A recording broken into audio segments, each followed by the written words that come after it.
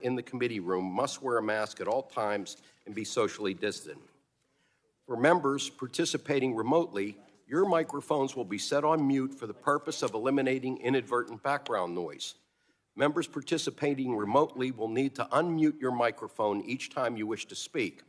Please note that once you unmute your microphone, anything that is said in WebEx will be heard over the loudspeakers in the committee room and subject to be heard by live stream and C-SPAN. Since members are participating from different locations at today's hearing, all recognition of members, such as for questions, will be in the order of subcommittee seniority. Documents for the record can be sent to Joe Orlando at the email address we provided to staff. All documents will be entered into the record at the conclusion of the hearing. We're now going to have opening statements. The chair now recognizes himself for 5 minutes for an opening statement.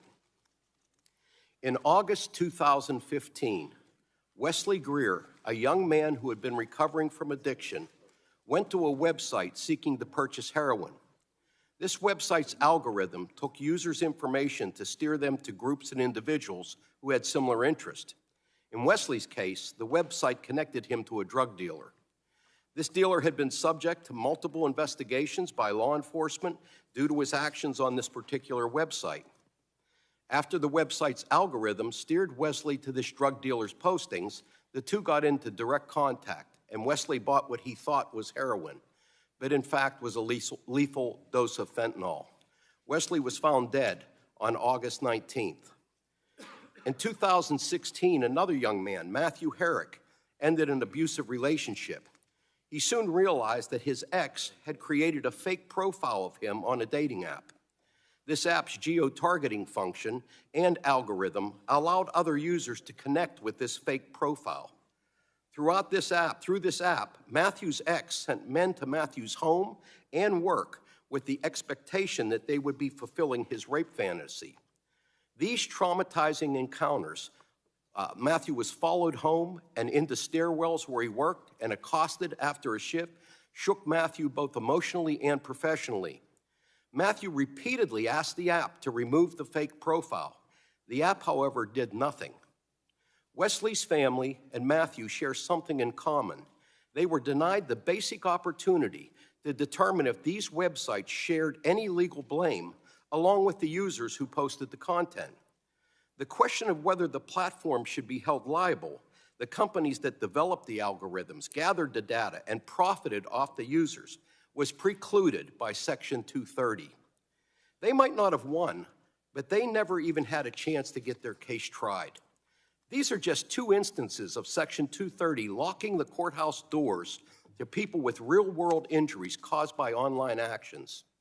Since I have chaired this subcommittee, we have held multiple hearings on this issue.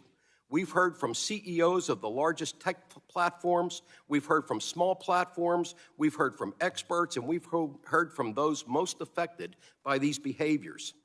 And these oversight activities didn't start with me, though. Republicans have been investigating this issue as well.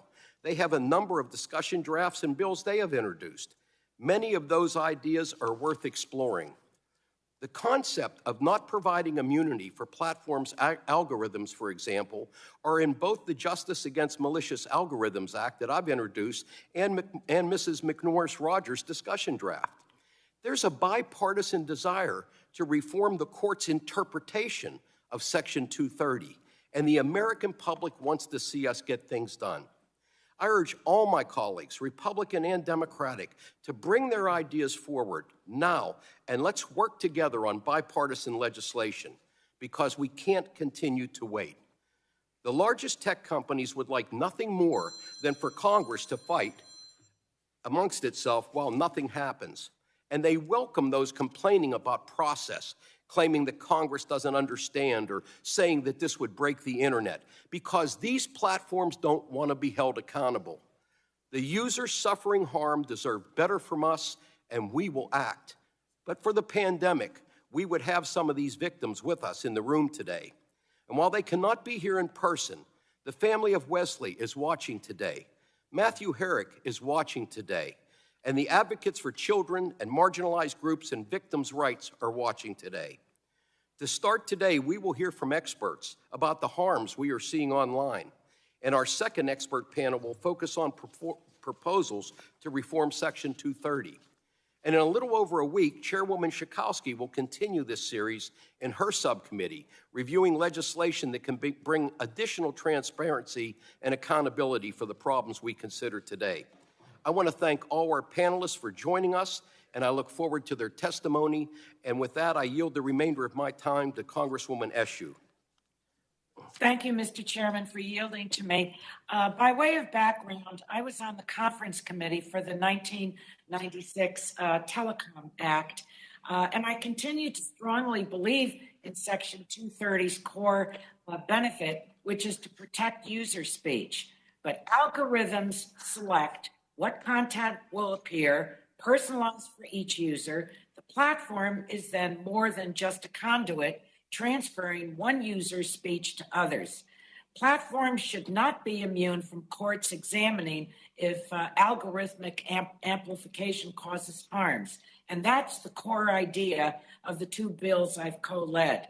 So thank you, Mr. Chairman, for convening this highly important hearing, and I yield back. General Lady yields back. The chair now recognizes my good friend, Mr. Latta, the ranking member for the Subcommittee on Communications and Technology, for 5 minutes for his opening statement. Well, thank you, my good friend and chairman. I greatly appreciate it. And I also want to thank our witness panel for being here today to discuss the potential legislative reforms of Section 230 of the Communications Decency Act.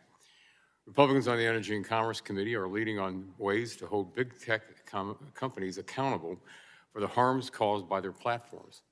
In January, we announced our Big Tech Accountability Platform, which began our efforts to take a comprehensive look at ways to reform Section 230. I am proud Republicans have been focused on and remain focused on reconsidering the extent to which big tech deserves to retain their significant liability protections. Every step of the way, we have encouraged our Democratic colleagues to join us in the quest to hold big tech accountable while evaluating how we can reform Section 230. We sought input from the public on their concerns with big tech, from stakeholders on ways to stop censorship while protecting small businesses and innovation, and from members of Congress on proposals that they have supported. Hearing from the public, stakeholders, and members of Congress informed the discussion drafts that every Republican on this committee released in July. Our discussion drafts range from amending Section 230 to holding big tech accountable for taking down constitutionally protected speech and facilitating illegal drug sales to increasing transparency requirements on how social media companies moderate content. Section 230 became law in 1996 in response to several court cases, most notably Stratton Oakmont versus Prodigy Services, to allow online platforms to moderate unlawful or indecent content without fear of liability. It has two main components: a provision that exempts platforms from being liable for content that is posted on their site by a third-party user, and a second provision that exempts platforms from being liable for content that they remove in good faith.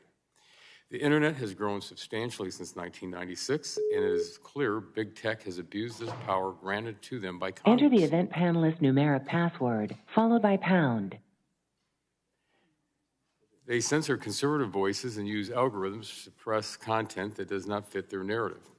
They hide research that shows the negative impact their platforms have on the mental health of our children. They allow the sale of illegal drugs on their platforms, including fentanyl, which we all know is killing Americans every day. While these actions are happening on big tech platforms, users have no recourse. When conservatives are silenced, the appeals process, if it exists, can be difficult to navigate. Big tech hides behind Section 230 to avoid liability for real-world harms their platforms are causing, including harms to our children. Section 230 is supposed to protect platforms from removing content in good faith, but says nothing about their liability for when they are acting as bad stewards of their platforms. To address this issue, I've offered a carve-out Section 230 protections for platforms that purposely promote, solicit, or purposely promote, solicit, or facilitate material by another information content provider if the platform knew or had reason to know that the kind of intent would violate criminal federal law. When big tech acts as bad stewards on their platforms or as bad Samaritans, they should no longer be entitled to protections under Section 230.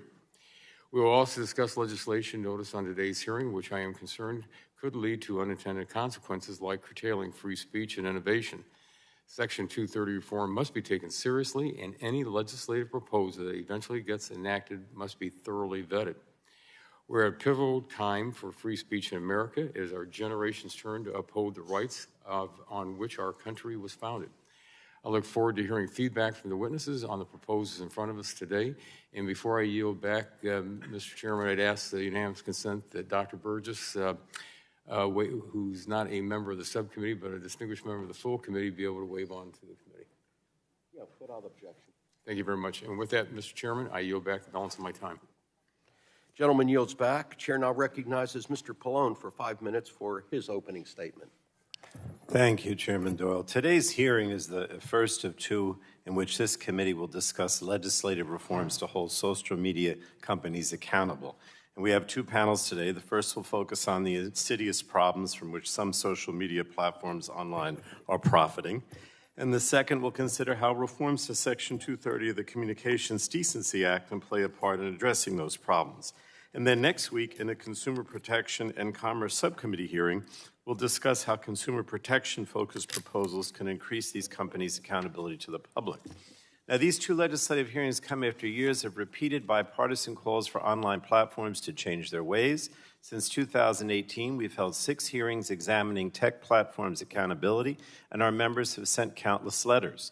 The most prominent online platforms have repeatedly feigned ignorance before this committee, but our suspicions, unfortunately, have been repeatedly confirmed, the latest coming from former Facebook employee Frances Haugen.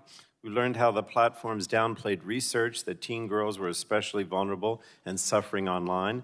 We've learned how executives knew their algorithms amplify harmful and divisive content and rejected proposals to fix the issue.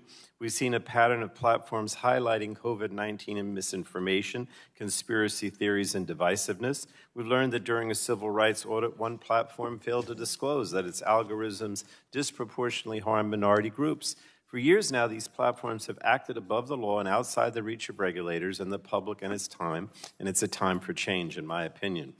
The legal protections provided by Section 230 of the Communications Decency Act have played a role in that lack of accountability by stopping victims from having their cases heard.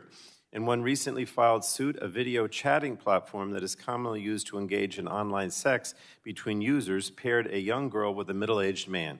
He convinced her to send nude photos and videos of herself, including by blackmailing her. This man forced her to engage in sexual performances for himself and his friends, and even to recruit others. And based on court precedent, Section 230 may very well threaten justice for this young girl. And I hope it does not, because the platform was responsible for pairing the young girl with the middle-aged man. Now, judges and a whole host of diverse interests, including many of our witnesses, have suggested that courts may have interpreted Section 230 more broadly than Congress intended and have urged reform. To be clear, Section 230 is critically important to promoting a vibrant and free Internet, but I agree with those who suggest the courts have allowed it to stray too far. Judge Katzmann, the late Chief Judge of the Second Circuit, brought some clarity to this issue in his dissent in Force versus Facebook. He stated that Section 230 does not and should not bar relief when a plaintiff brings a claim that is based not on the content of the information shown, but rather on the connections that platforms' algorithms make between individuals. Of course, that was not the court's ruling in that case, and a challenge for us is to clarify the statute, if the courts don't, while ensuring that we balance the statute's good against the pain it inflicts. So today we'll consider 4 proposals that would amend or clarify Section 230 to protect users while promoting open and free online dialogue. These bills do not impose liability on the platforms and do not directly restrict the content that platforms make available. They simply limit the Section 230 protections in certain circumstances, including when platforms use algorithms to amplify certain content. And these targeted proposals for reform are intended to balance the benefits of vibrant free expression online while ensuring that platforms cannot hide behind Section 230 when their business practices meaningfully contribute to real harm. Now, I have to say I'm disappointed that my Republican colleagues chose not to introduce the discussion drafts they released in July so that they could be included in today's hearing.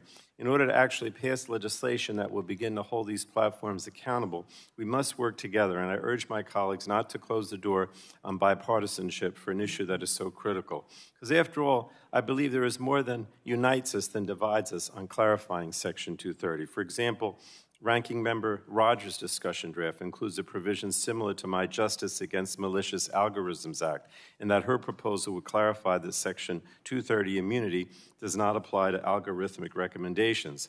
While the proposals aren't identical, this is a place for us to start what I hope could be bipartisan work. I just wanted to say one more thing, Mr. Chairman. You know, the real problem I see is that big tech's primary focus is to make money. And I know we have a market economy, and that's always a company's primary purpose. But they give the impression to the public that they care about content, values, and have a social purpose, that somehow they care about consumers of the First Amendment, and they have some value to the consumer or to the public. And I hope that continues to be true. But if it is, then they should be held accountable to achieve these goals. You can't go out and say, I'm not primarily focused on making money, I want to help people, but then not be accountable for these bad actions. So I just wanted to mention that. Thank you, Mr. Chairman. Gentleman yields back. Chair now recognizes Mrs. Rogers for 5 minutes for her opening statement. Thank you, Mr. Chairman. Good morning. Big tech companies have not been good stewards of their platforms. I've been pretty clear with all the CEOs. Big tech has broken my trust. Big tech has failed to uphold the fundamental American principle, free speech and expression. Big tech platforms like Twitter and Facebook used to provide a promising platform for free speech and robust debates, but they no longer operate as public squares. They do not promote the battle of ideas. They actively work against it. They shut down free speech and censor any viewpoint that does not fit their liberal ideology. And big tech has exploited and harmed our children. In our March hearing with the CEOs, I asked the big tech companies why they deserve liability protections Congress provided for them more than 20 years ago. Unfortunately, their behavior has not improved, and we only have more examples of them being poor stewards of their platforms. Big tech has abused its power by defining what is true, what we should believe, what we should think, and controlling what we need. It's wrong. Destroying free speech is what happens in authoritarian countries, behind the great Chinese firewall. Here in America, we believe in dialogue. We believe in the battle of ideas. We defend the battle of ideas, and we used to fight to protect our fundamental principles.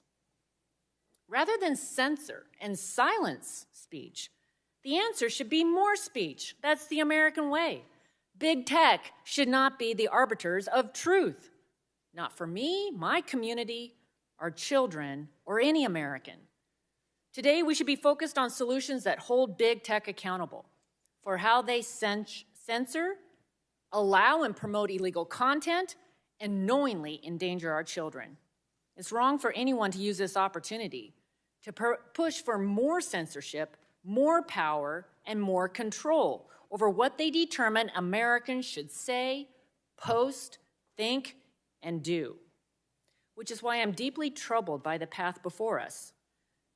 It's calling for more censorship. One of the bills before us today, the Justice Against Malicious Algorithms Act, is a thinly veiled attempt to pressure companies to censor more speech. The proposal will put companies on the hook for any content an algorithm amplifies or recommends that contributes to, quote, severe emotional injury of any person. How does the bill define severe emotional injury? It doesn't. Clearly, companies will have to decide between leaving up content that may offend someone or fight it in court or censor content that reaches a user. Which do you think that they will choose? And there's no doubt who they will silence. Content that does not line up with their liberal ideology. While the Section 230 bill before us today pushes for more censorship, we believe Republicans are fighting for free speech. In January, we rolled out our big tech accountability platform that made clear we will protect free speech and robust debates on big tech platforms. And we've been working hard since then. Today, we will discuss a number of proposals that reform Section 230. My proposal, which I'm leading along with my good friend, Congressman Jim Jordan, narrowly amends Section 230 to protect free speech. Small businesses and startups will not be impacted by our bill. We remove the largest big tech companies from existing 230 protections and put them under their own set of rules. Under this proposal, big tech will be held accountable for censoring constitutionally protected speech. Big tech will no longer be able to exploit the ambiguity and discretion we see in the current law. Big tech will be more responsible for content that they choose to amplify, promote, or suggest. Big tech will be forced to be transparent about their content decisions, and conservatives will be empowered to challenge big tech's censorship decisions. Amending 230 alone is not enough, which is why we are taking an all-of-the-above approach, which includes increasing transparency and also holding big tech accountable for how they intentionally manipulate and harm children for their own bottom line. While there's agreement on the need to hold big tech accountable with this Section 230 reforms, it's clear there are drastically different approaches and solutions. I look forward to hearing from the witnesses today, and I yield back.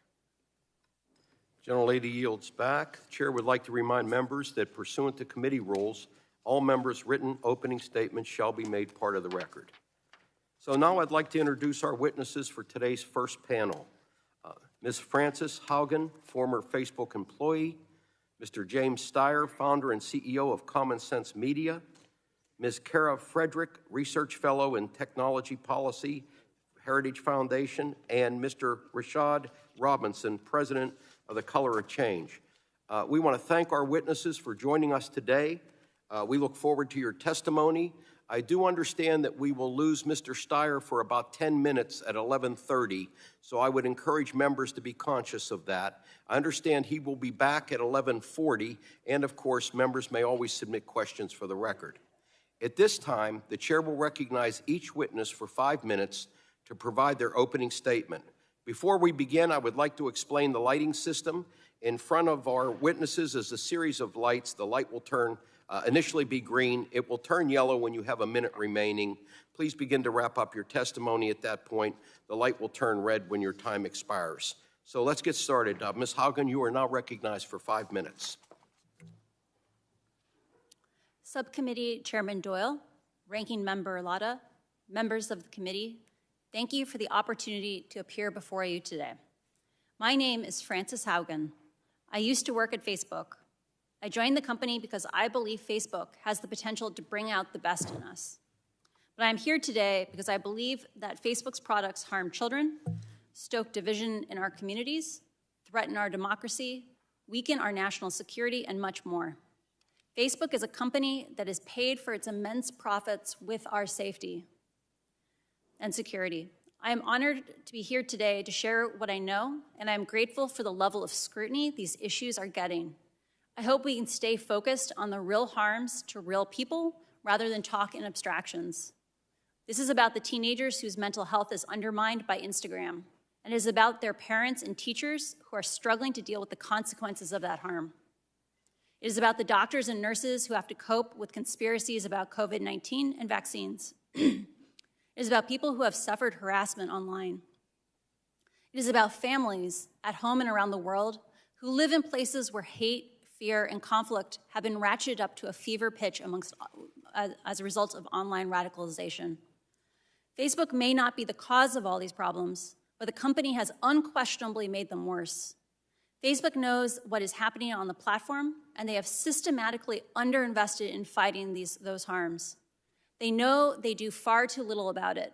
In fact, they have incentives for it to be this way, and that is what has to change. Facebook will not change until the incentives change.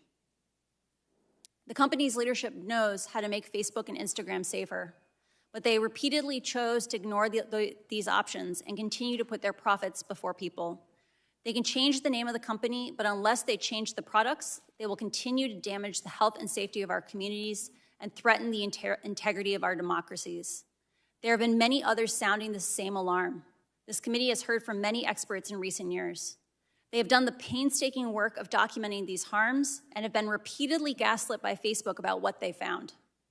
My disclosures back up their findings. We have long known that Facebook's business model is problematic. Now we have the evidence to prove it. The documents I have shared with Congress speak for themselves. What I have to say about these documents is grounded in far more than my experience at Facebook. I have worked as a product manager at large tech companies since 2006, including Google, Pinterest, Yelp, and Facebook.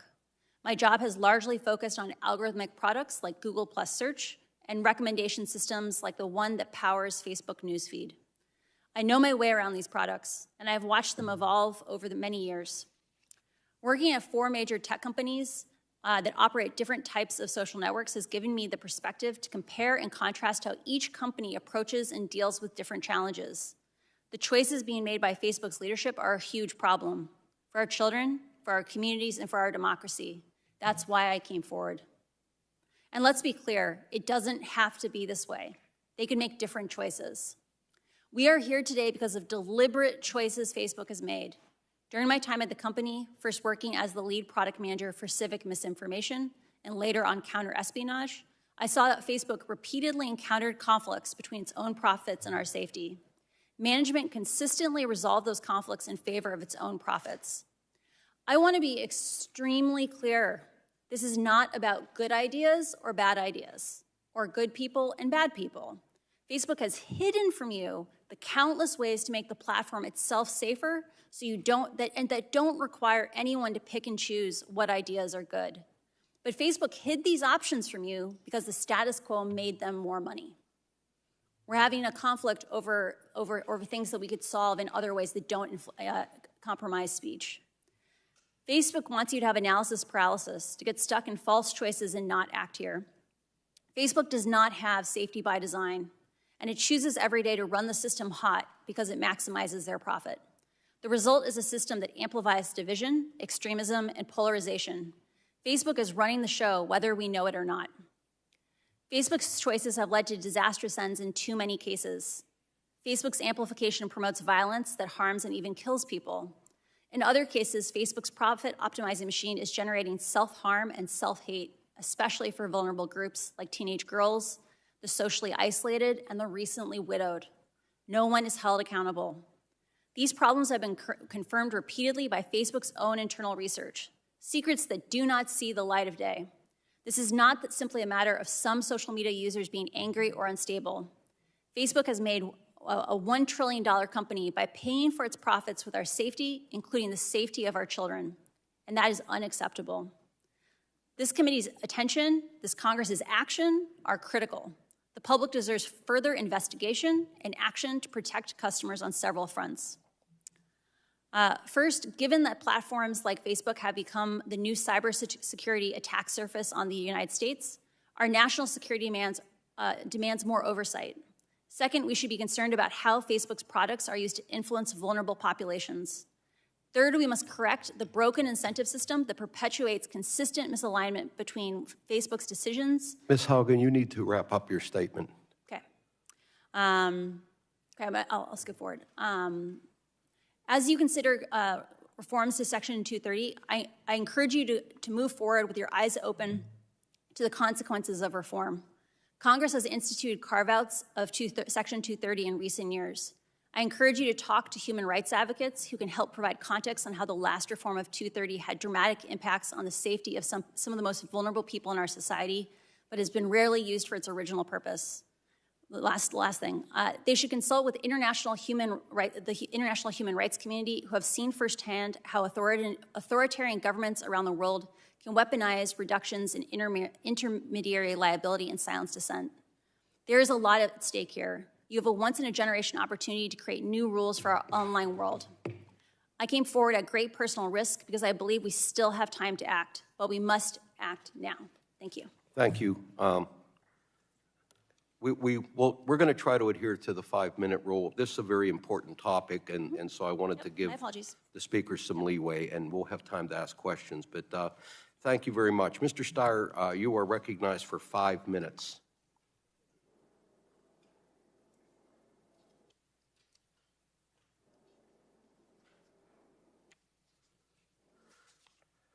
Do we have Mr. Steyer remotely?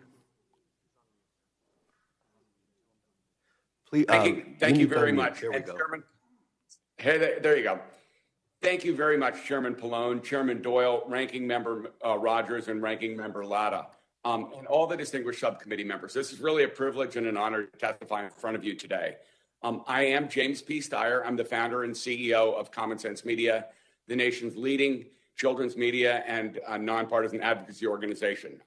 As many of you know, we have well over 100 million unique users, over 110,000 member schools, definitely in all of your districts. And we are a nonpartisan, powerful voice for kids and families here in this country. And the fact that you're having this hearing is actually remarkable and important. The other thing I would say is I'm the father of 4 kids, so I've lived through, over the past 20 years, the evolution of this extraordinary tech society that we've all lived through. And over the last nearly 2 years, the pandemic, where my kids have been going to school online and in distance learning. So as a parent, I see these issues. And I'd also mention, because I know the First Amendment will come up, that I've been a professor at Stanford for over 30 years teaching First Amendment law. So I'd be happy to speak to some of those issues as well as they intersect with some of the 230 issues. 10 years ago, I wrote a book called Talking Back to Facebook. The heads of the company at that point that Ms. Haugen just spoke about literally threatened to block the publication of the book. Part of the reason was there was a chapter in there about girls' and boys' body image and the impact of social media platforms on body image. And obviously, 10 years ago, the heads of that company, who I have met with repeatedly, knew that there were issues. And so when Frances Haugen came forward recently to talk about additional research that they know, it merely just shows you that not just Facebook, but all of the major tech companies are aware of the impact of their platforms on our society. The key is we are now at a watershed moment. And you have mentioned this in your opening statements, but it is true. We have literally been over a decade without major reforms for these companies. And we've assumed that in some cases they would self-police or self-regulate. Well, that's not true. And the record is clear. So the bipartisan leadership of this committee could not be more important and could not come at a more important time. And I would argue that in the next 3 to 6 months, the most important legislation, including some of the legislation that this subcommittee is considering today, will move forward and will finally put the guardrails on that America's children and families deserved. We all know that kids and teens are uniquely vulnerable online because their brains are still developing. They are prone to oversharing. They're not equipped to think through all the consequences of what they do, and they're spending more time online than ever before. So even though kids get a tremendous amount of benefits from the internet and from social media platforms, it's absolutely clear that we have to regulate them thoughtfully and carefully. And the moment is nigh, and Congress has a responsibility to kids and families in this country to act. My written testimony will give you more examples, but just a handful of details that I think we should all remember when we think about the impact of social media platforms on kids and families, and therefore the relevance of Section 230 and other laws. First, platforms drag kids down rabbit holes. They have led to issues like eating disorders, body dysmorphia, suicide ideation, and more. We could tell you stories, as some of our opening statements, as some of you've done your opening statements, of individual kids who've committed suicide or gone through extraordinary challenges as a result of these platforms and their harmful content. They literally feed off teens' desire to be accepted through their likes and their follows, and they enable sometimes harmful comment virally. So the bottom line is you have this bipartisan consensus with well over 100 million members. Common sense is out there in the field every day talking to families. This is not a Republican issue. This is not a Democratic issue. This is an American family issue. And you have the opportunity to do something very, very important now, and this is the time to act. Look, Ms. Haugen talked about the ways in which Facebook has acted with impunity for decades. Reforming Section 230 is clearly one big piece of the puzzle. But I would add that there must be a more comprehensive approach. You cannot just deal with Section 230. We also have to deal with privacy issues and other related issues. They're all one big comprehensive package. So the hearing next week will also be critically important. And passing revised COPPA and the KIDS Act and other things will matter. The bottom line is our kids and our families' well-being is at stake. You have the power to improve that and change that. The moment is here. Bless you for taking this on, and let's move forward together on a bipartisan basis. Thank you very much. Thank you, Mr. Steyer. Chair now recognizes Ms. Frederick for 5 minutes. Chairs Doyle and Pallone, Ranking Members Latta and McMorris-Rogers, distinguished members. Thank you for the opportunity to testify today. I, too, used to work at Facebook. I joined the company after 3 tours in Afghanistan, helping Special Operations Forces target al-Qaeda, because I believed in Facebook's mission as well, the democratization of information. But I was wrong. It's 2021, and the verdict is in. Big tech is an enemy of the people. It is time all independently minded citizens recognize this. So what makes this moment different? Traditional gatekeepers of information, corporate media, the academy, various organs of the culture are captured by the left. As the past year has borne out, big tech companies like Google, Facebook, Twitter, and Amazon are not afraid to exercise their power in the service of this ideology. Big tech companies, they tell us not to believe our lying eyes, that viewpoint censorship is all in our heads. Tell that to the Gold Star mom who criticized Biden's Afghanistan withdrawal and was deleted by Facebook after the death of her son, a US Marine. Tell that to Allie Beth Stuckey, who had the temerity to say that biological men should not compete in women's sports before being suspended by Twitter. Tell that to Clarence Thomas, whose documentary on Amazon was deleted without explanation. Beyond these examples, which are legion, the confluence of evidence is irrefutable. Twitter and Facebook censor Republican members of Congress at a rate of 53-1 compared to Democrats. Twitter suspends conservatives 21 times more often than liberals. Facebook created 2 internal tools in the aftermath of Trump's 2016 victory that suppress right-wing content, media traffic, and reach on its platform. Google stifled conservative-leaning outlets like the Daily Caller, Breitbart, and The Federalist during the 2020 election season, with Breitbart's search visibility shrinking by 99% compared to the 2016 election cycle. Apple dumped the conservative-friendly Parler app as it sat atop its App Store. Google and Amazon Web Services did so as well. And these practices have distinct political effects. The Media Research Center found in 2020 that 1 in 6 Biden voters claimed they would have modified their vote had they been aware of information that was actively suppressed by tech companies. 52% of Americans believe social media suppression of the Hunter Biden laptop story constituted election interference. These practices erode our culture of free speech, chill open discourse, and engender self-censorship.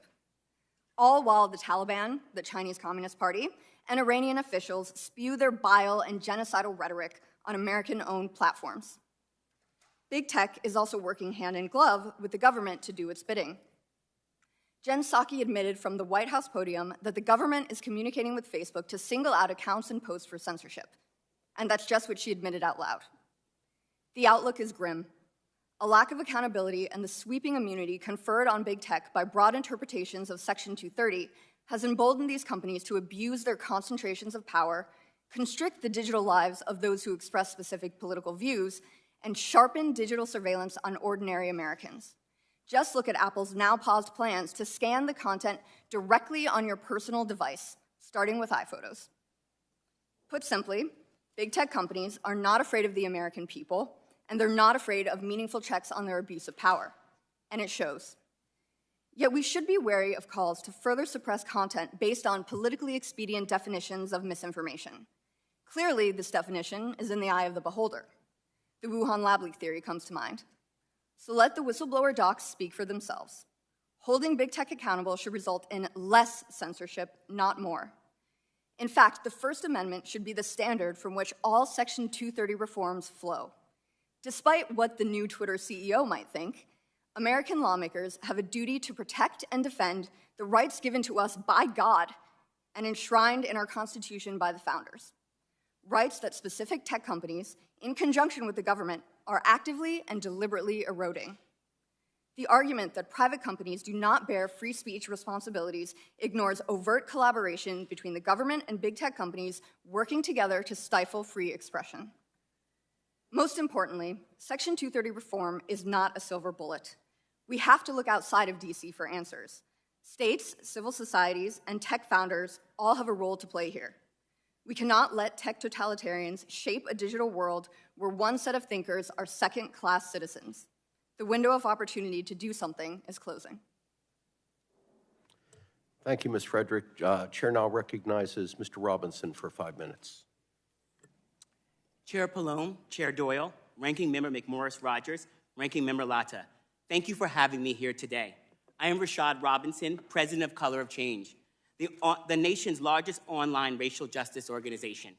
I also co-chaired the Aspen Institute's Commission on Information Disorder, which just released our comprehensive set of recommendations for effectively tackling misinformation and disinformation. I want to thank this committee and its leaders for your work, introducing the Justice Against Malicious Algorithms Act, the Safe Tech Act, the Civil Rights Modernization Act, and the Protecting Americans from Dangerous Algorithms Act. Each one is essential for reducing the tech industry's harmful effects on our lives. Congress is rightly called to major action when an industry's business model is at odds with the public interest, when it generates its greatest profits only by causing the greatest harms. Big tech corporations like Facebook, Amazon, and Google maintain near total control over all three areas of online life: online commerce, online content, and online social connection.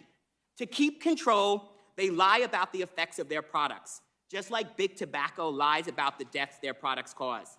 They lie to the public, they lie to regulators, and they lie to you. Mark Zuckerberg lied to me personally more than once. It's time to make the truth louder than their lies, but skip the part where we wait 40 years to do it. The most important first step is something we have more control over than we think, and that is drawing a bright, clear line between fake solutions and real solutions. Big tech would love for Congress to pass laws that mimic their own corporate policies. Fake solutions that are ineffective, designed to protect nothing more than their profits and their power. And we can't let that happen. We know it's a fake solution if we're letting them blame the victims by shifting the burden of solving these problems to consumers, because consumer literacy or use of technology is not the problem. The problem is corporations' design of technology, and that is what we need to regulate. If we're pretending that colorblind policies will solve problems that have everything to do with race, because algorithms, advertisers, moderators, and bad advertisers are targeting Black people, and we don't get closer to the solution by backing away from that problem.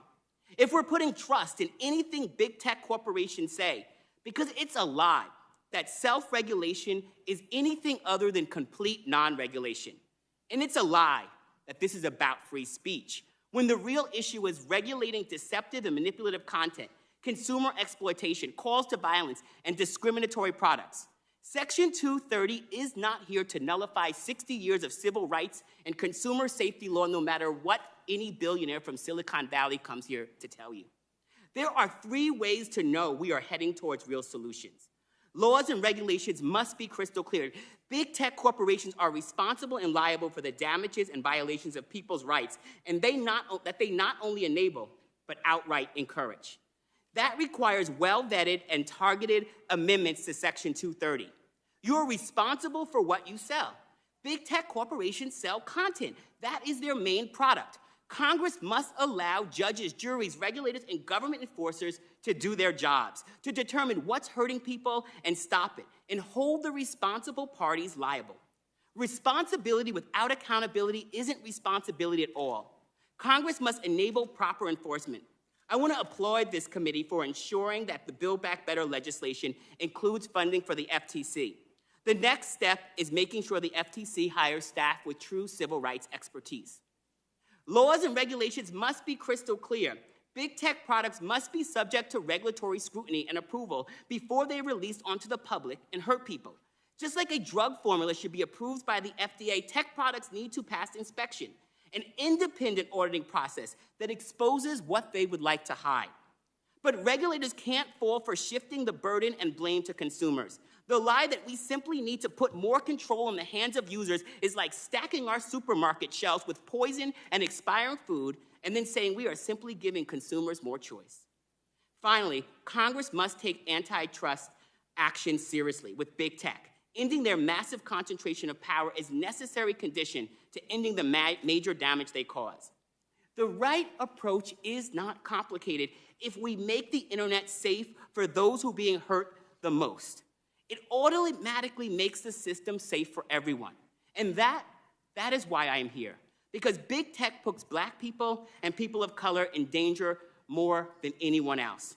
Passing and enforcing laws that guarantee freedom and safety for Black people in online commerce, content, and social connection will create the safest internet for the largest number of people. You can make technology the vehicle for progress that it should be, and no longer the threat to freedom, fairness, and safety it has become. Do not allow the technology that is supposed to take us into the future drag us into the past. Thank you. Thank you, Mr. Robinson. We've concluded our openings. We now move to member questions. Each member will have 5 minutes to ask questions of our witnesses. I will start by recognizing myself for 5 minutes. Ms. Haugen, last week, the Washington Post reported that Facebook knew the structure of its algorithms was allowing hateful content targeting predominantly Black, Muslim, LGBTQ, and Jewish communities. Facebook knew it could take steps with its algorithm to lessen the reach of such harmful content while still leaving the content up on their website, but they declined to do so. This appears to be a clear case where Facebook knew its own actions would cause hateful, harmful content to spread and took those actions anyway. I would also note that when Mr. Zuckerberg testified before us earlier this year, he bragged about the steps his company took to reduce the spread of hateful content. Shamefully, he left this known information out of his testimony. Ms. Haugen, setting law aside, do you think Facebook has a moral duty to reduce this type of content on its platform, and do you believe they've lived up to that moral duty? I believe Facebook has a moral duty to be transparent about the operation of its algorithms and the performance of those systems. Currently, they operate in the dark because they know that with no transparency, there is no accountability. I also believe that once someone knows a harm exists and they know that they are causing that harm, they do have a duty to address it. Facebook has known since 2018 that changes they made to their algorithm in order to get people to produce more content, i.e. the change from goaling on time spent to meaningful social interactions, increase the amount of extreme and polarizing content on the platform. I can't speak to that specific example because I don't know the exact circumstances of it, but Facebook knew that they were giving the most reach, the most offensive content. And I want to give you a very specific example on those. Let's imagine you encountered a piece of content that was actively defaming a group that you belong to. It could be Christians, it could be Muslims, it could be anyone. If that post causes controversy in the comments, it will get blasted out to those people's friends, even if they didn't follow that group. And so the most offensive content, the most extreme content, gets the most distribution. Yeah. Turning to Instagram, which is owned by Facebook, can you tell the committee in plain words how teen girls are being harmed by the content they see on that platform and how decisions of Instagram led to this harm? Facebook's internal research states that not only is Instagram dangerous for teenagers, it's actually substantially more dangerous than other social media platforms because TikTok is about performance and doing things with your friends. Snapchat is largely about augmented reality and faces, but Instagram is about bodies and social comparison. Teenagers are very vulnerable to social comparison. They're going through a phase of their lives where there's a lot of things changing. And what Facebook's own research says is that when kids fall down these rabbit holes, when the algorithm finds, like you start from something like healthy eating, and it pushes you towards anorexia content, you have the perfect storm where kids are put in vulnerable environments and then given the most extreme content. Yeah. Mr. Robinson, it's disappointing, if not surprising, to hear the lack of action on the part of Facebook after your negotiations with Mr. Zuckerberg. And I share your concern, which you discussed in your testimony, that highlights how not just the advertisers, but the platforms themselves can perpetuate discrimination. Can you discuss how you think targeted amendments to Section 230 can address some of the actions of the big platforms?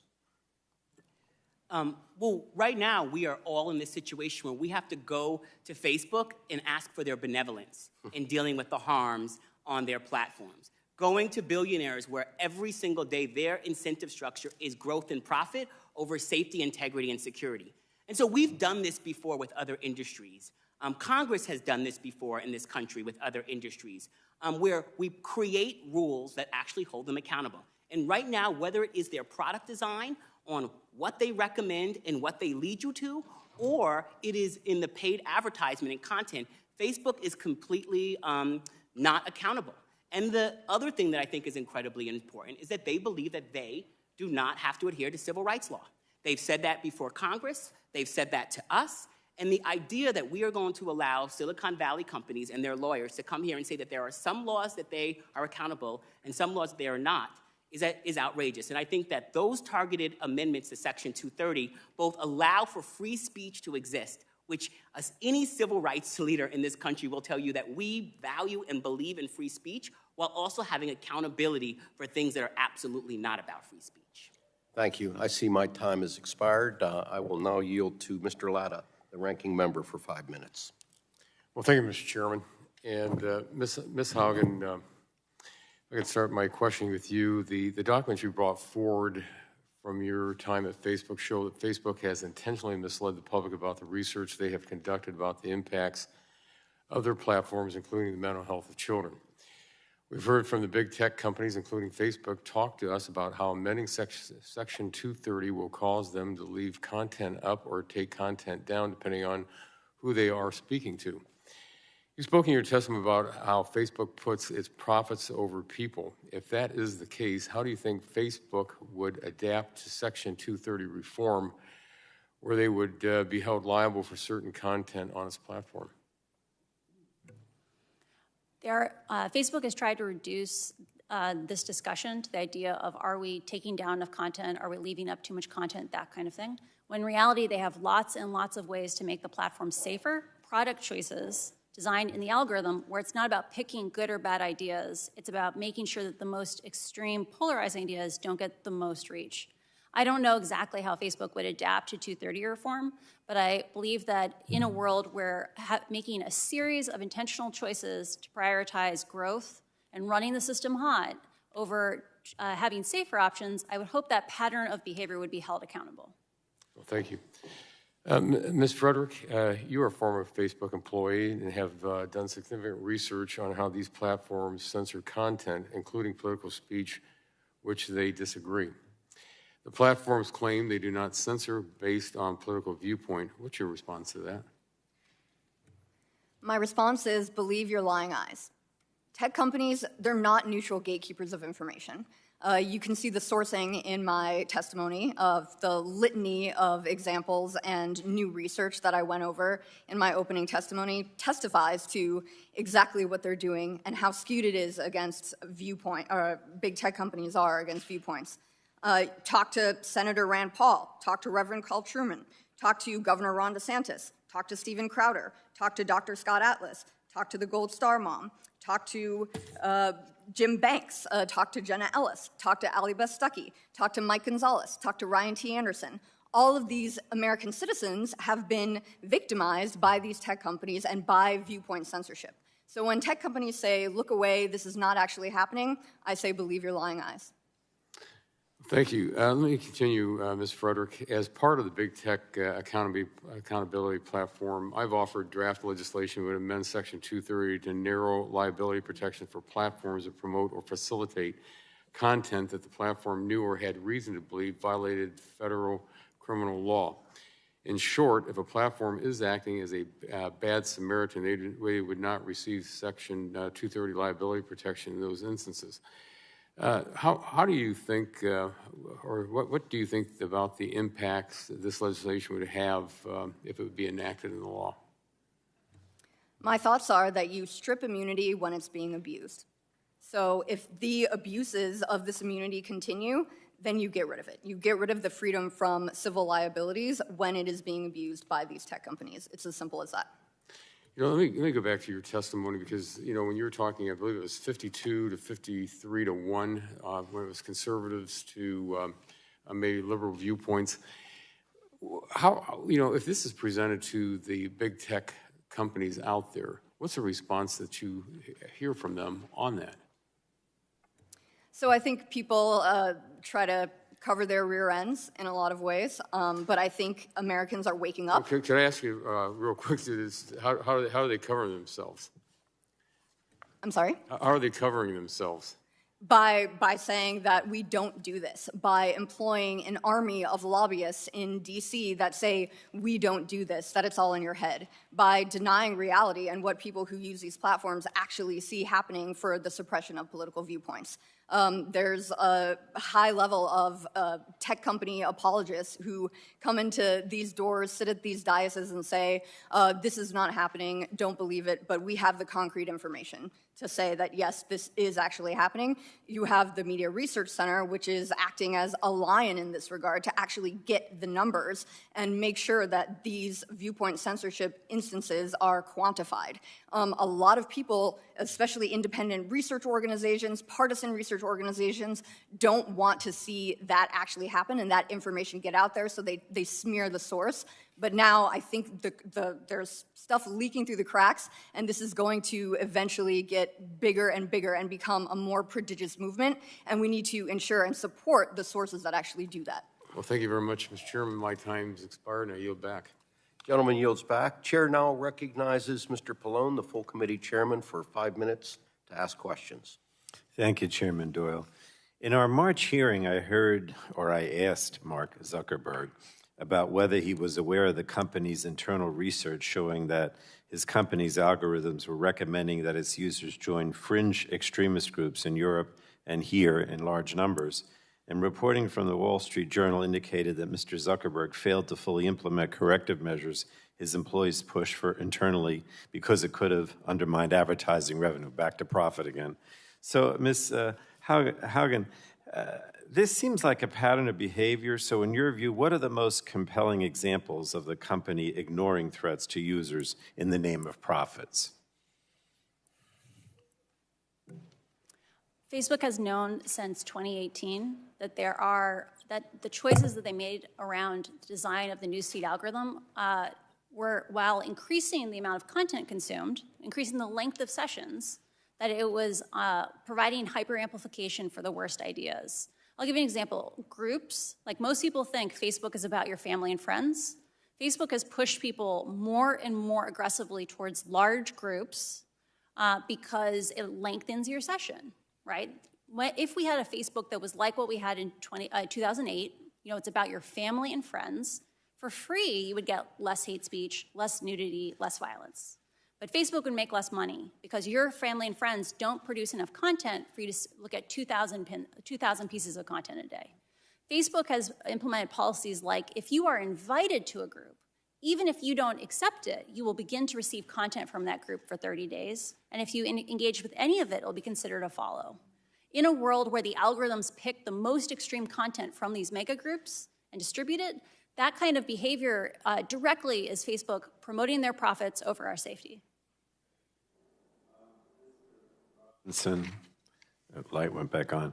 The internet and social media platforms have made it easier for civil rights groups and racial justice groups like Color of Change to organize around vitally important issues. However, you firmly demonstrated in your testimony how the current practices of these platforms have harmed Black and marginalized communities. So my question is, as we work to refine the proposals before us, can you describe how my bill, the Justice Against Malicious Algorithms Act, will help protect Black and marginalized voices online?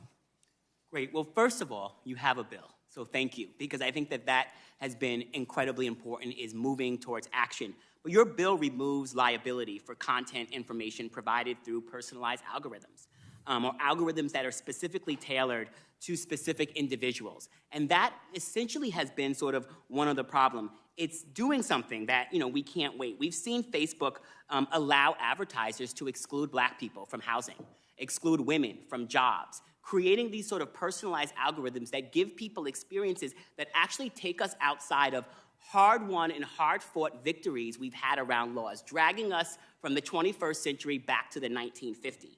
And your bill, as well as other pieces of legislation that are before this committee, hold these institutions accountable to not be immune to a whole set of laws and standards that every single other business in this country has to adhere to. Thank you. Let me ask you another question. Some defenders of Section 230 say that changes to the law will result in a deluge of frivolous lawsuits against platforms, big and small. So I wanted to ask you, would reforming Section 230, in your opinion, even if that results in increased lawsuits, hurt or harm marginalized communities and smaller or nonprofit websites that do good work? Giving everyday people access and opportunity to hold big institutions accountable is part of this country's fabric, being able to give people the opportunity to raise their voices and push back. And right now, what we have is big companies, huge multinational companies. Facebook has nearly 3 billion users. That is more followers than Christianity. And for us to say that we shouldn't be able to hold them accountable, that we shouldn't be able to push back against them, is an outrageous statement. And so, yes, there will be more lawsuits. There will be more accountability. But that means that there will hopefully be changes to the structures and the way that they do business. Just like the toys you will be giving to the children in your family this holiday season have to be accountable before they get to the shelves because of lawsuits, because of accountability. We need these companies to be accountable. And so there will be a trade-off. But as someone who's gone back and forth in the room with Mark Zuckerberg, with Jack, with Sheryl Sandberg, and all of these people have tried for years to get them to actually not only move new policies to be more accountable, but then to actually implement them and enforce them, we cannot allow them to continue to self-regulate themselves. Thank you. Thank you, Mr. Chairman. Gentleman yields back. Chair now recognizes Mrs. Rogers, full committee ranking member, for 5 minutes to ask questions. Thank you, Mr. Chairman. Ms. Haugen, I wanted to start with a yes or no question. Do you support big tech's censorship of constitutionally protected speech on their platforms? Do I support? What do you define as censorship? Censorship, them controlling what is constitutionally protected speech under the First Amendment. I am a strong proponent of re-architecting these systems so that they are more focused on our family and friends, because this is not about good ideas or bad ideas. It is about making the system safer. The question is, yes or no, do you support them censoring constitutionally protected speech under the First Amendment? I believe that we should have things like fact checks included along with content. I think the current system... I guess I take it as a no. I think there are better solutions than censorship that we should be using. Okay. Ms. Fedrick, obviously, many Americans have lost trust with big tech. And it's because they are arbitrarily censoring speech that they don't agree with. And it seems like the censorship is in one direction. It's against the conservative content. So as we think about solutions as to how we're going to hold big tech accountable, we absolutely have to be thoughtful about bringing transparency and accountability. I wanted to ask you to talk about the difference between misinformation and disinformation. Are we talking about these differences in a sane world? Because in a sane world, disinformation would be the intentional propagation of misleading or false information, and misinformation would just be false information that sort of spreads on these platforms. But now we know that both of these terms are being conflated into a catch-all for information that the left doesn't like.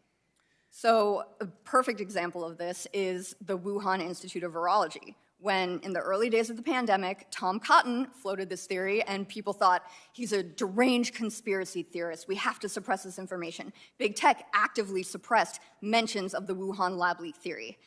Now it's part of acceptable discourse. The New Yorker gets to talk about it. The Wall Street Journal talks about it. Okay, we can talk about it again. When Tom Cotton was very much onto something in the beginning. And then you look at the same thing, the Hunter Biden laptop story. This is from the New York Post, incriminating Hunter Biden and his relationship with Ukraine, et cetera, and Joe Biden as well. And the New York Post, and Facebook and Twitter, we have proof of this, actively suppressed links to that information. They didn't allow people to actually click on this story. So you have high-level intelligence community officials, I'm talking the highest level of the US intelligence community, saying that the Hunter Biden laptop story bore all of the hallmarks of Russian disinformation, and tech companies were completely in tandem with those decisions. Now, Hunter Biden goes on TV, doesn't deny that the laptop is his. Politico even confirmed the story. Yep. Thank you. Would you speak to concerns around the government regulating misinformation? This is huge. And in July, Jen Psaki and the Surgeon General They got up on the podium, they spoke from the White House with the imprimatur of the state, and they said, we are directly communicating with Facebook, and we have pointed out specific posts, specific accounts that we want them to take off the platform. Within a month, all of those accounts and those users, those posts, 12 of them, in fact, were gone. CNN gloated about it later. So when the government works with these big tech companies to stifle speech, you have a problem, and you have a First Amendment problem in that regard. The difference between tech companies and the government policing speech is elided when that happens. So I've been working on some legislation with Jim Jordan, and what it proposes is that it would remove those Section 230 protections for big tech when they are taking down the constitutionally protected speech. It also sunsets the new provisions in 5 years. The goal here is for them to have to earn the liability protections. So do you believe that this would be an effective way to hold them accountable and prevent the censorship? I think tech always outpaces attempts to govern it. The sunset clause is a great idea. We advocated for it at the Heritage Foundation. So definitely a good idea. Allow time for us to redress some of the imbalance between these big tech companies and the users, the American people, by letting us legislate on it. And we shouldn't be afraid to legislate on it. Thank you. I'm quickly running out of time, Ms. Haugen. I have significant concerns about the impact on our youth, on the young generation, on children, and just would you speak briefly about Facebook and their internal models' impact on mental health of children and how it alters their business model? And I'm out of time. Yeah. Facebook knows the future of growth on the platform is children. That's why they're pushing into things like Instagram Kids, even though they know that the rates of problematic use are highest in their youngest users. It's because the younger you are, the less your brain is formed. Facebook also knows that kids are suffering alone right now because their parents didn't live through this experience of addictive software when they were youths. And kids end up getting advice like, why don't you just not use it? Not understanding how addictive these platforms are. I think the fact that Facebook knows that kids are suffering alone and that their products are actively contributing to this is a problem. And the fact that they lied to Congress repeatedly about these harms is unacceptable. So I hope that you guys act because our children deserve something better. Thank you, Mr. Chairman. Gentlelady's time has expired. The chair now recognizes Mr. McNerney for 5 minutes. Well, thank the chair. I thank the witnesses for this testimony. Ms. Haugen, I had to leave a company for bad policies, and it was painful, so I appreciate what you've gone through. You've discussed a 2018 change, and this has been discussed already in this committee. The company made to its algorithms to favor meaningful social interactions, also known as MSIs. This change was made to increase engagement based on my understanding that it continues to favor content that is more likely to be shared by others. The problem is that Facebook research found that MSI rewarded provocative and negative content of low quality and promoted spread of divisive content. Facebook executives rejected changes suggested by employees that would have countered this. So how difficult is it for Facebook to change its algorithms to lessen the impact of that? Facebook knows that individual factors within meaningful social interactions, and I want to be clear, hate speech and bullying is considered meaningful as a social interaction in most languages in the world. Sure. And Facebook knows that there are individual terms within that algorithm that if you remove them, you instantly get substantially less misinformation, substantially less nudity.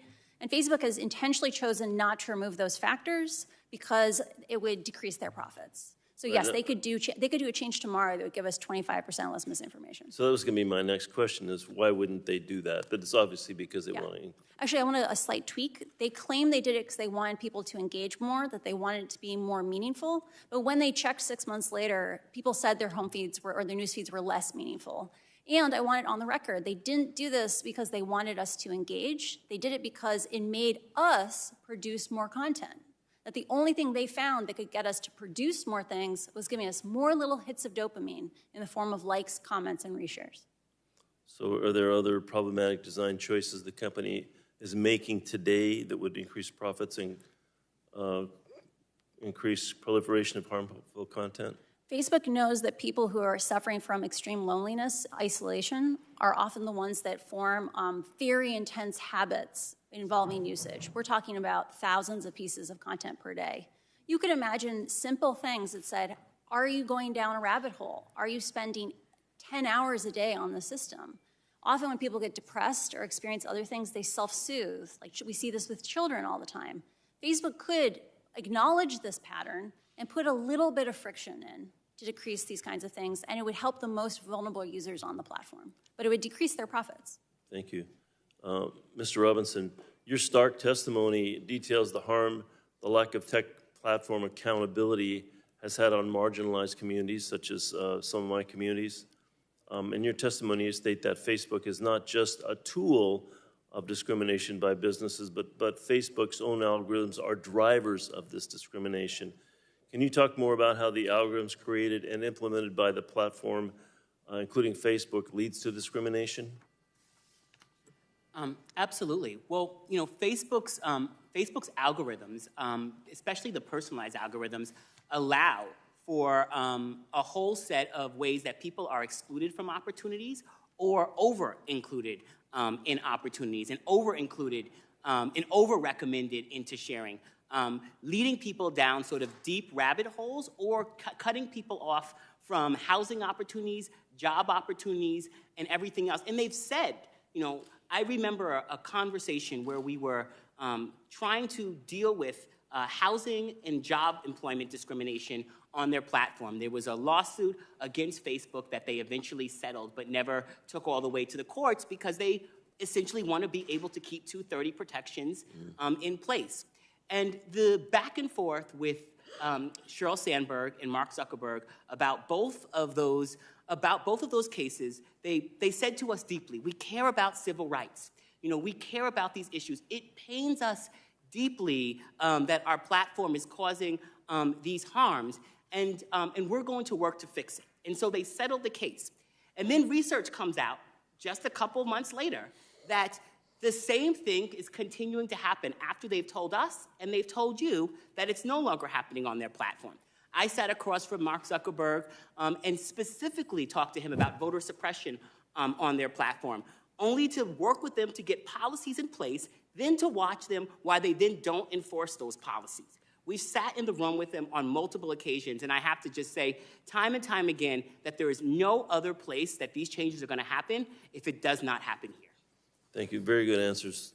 I yield back. Gentleman yields back. The chair now recognizes Mr. Guthrie for 5 minutes. Thank you, Mr. Chair. I appreciate it very much. And we're all concerned about misinformation and don't want misinformation spread on the internet. The question is, how do you define misinformation? Who gets to define it? And Ms. Frederick, I'll ask the question of you, but first I want to set up the question. You kind of set it up earlier with the Wuhan lab. I'm the ranking member of the healthcare subcommittee, and we've been really looking into the Wuhan lab. And I just want to set up, this isn't a hypothetical scenario. This is a real scenario of information getting blocked from Facebook. And it goes to some of the comments, and I've got documentation here. If you go back to the April 17th White House press briefing, somebody asked the president, and I want to ask Dr. Fauci, could you address the suggestions or concerns that the virus is somehow man-made, possibly came out of a laboratory in China?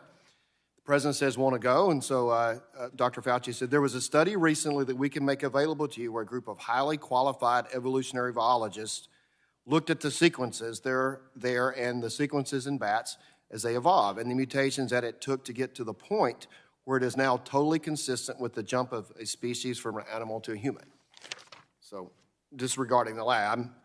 So Peter Daszak sent an email the next day to Dr. Fauci as the PI of the R01 grant publicly targeted by Fox News. Now, this grant was where Echo Health Systems was being paid by taxpayer dollars to go to caves in China and harvest viruses from bats that may never see a human being, and then taking them to a city of 11 million people, Wuhan, taking 11 million people. But he said to Dr. Fauci, as the PI of the R01 grant publicly targeted by Fox reporters at the presidential press briefing last night, I just wanted to say a personal thank you on behalf of our staff and collaborators. This is from public information you could FOIA.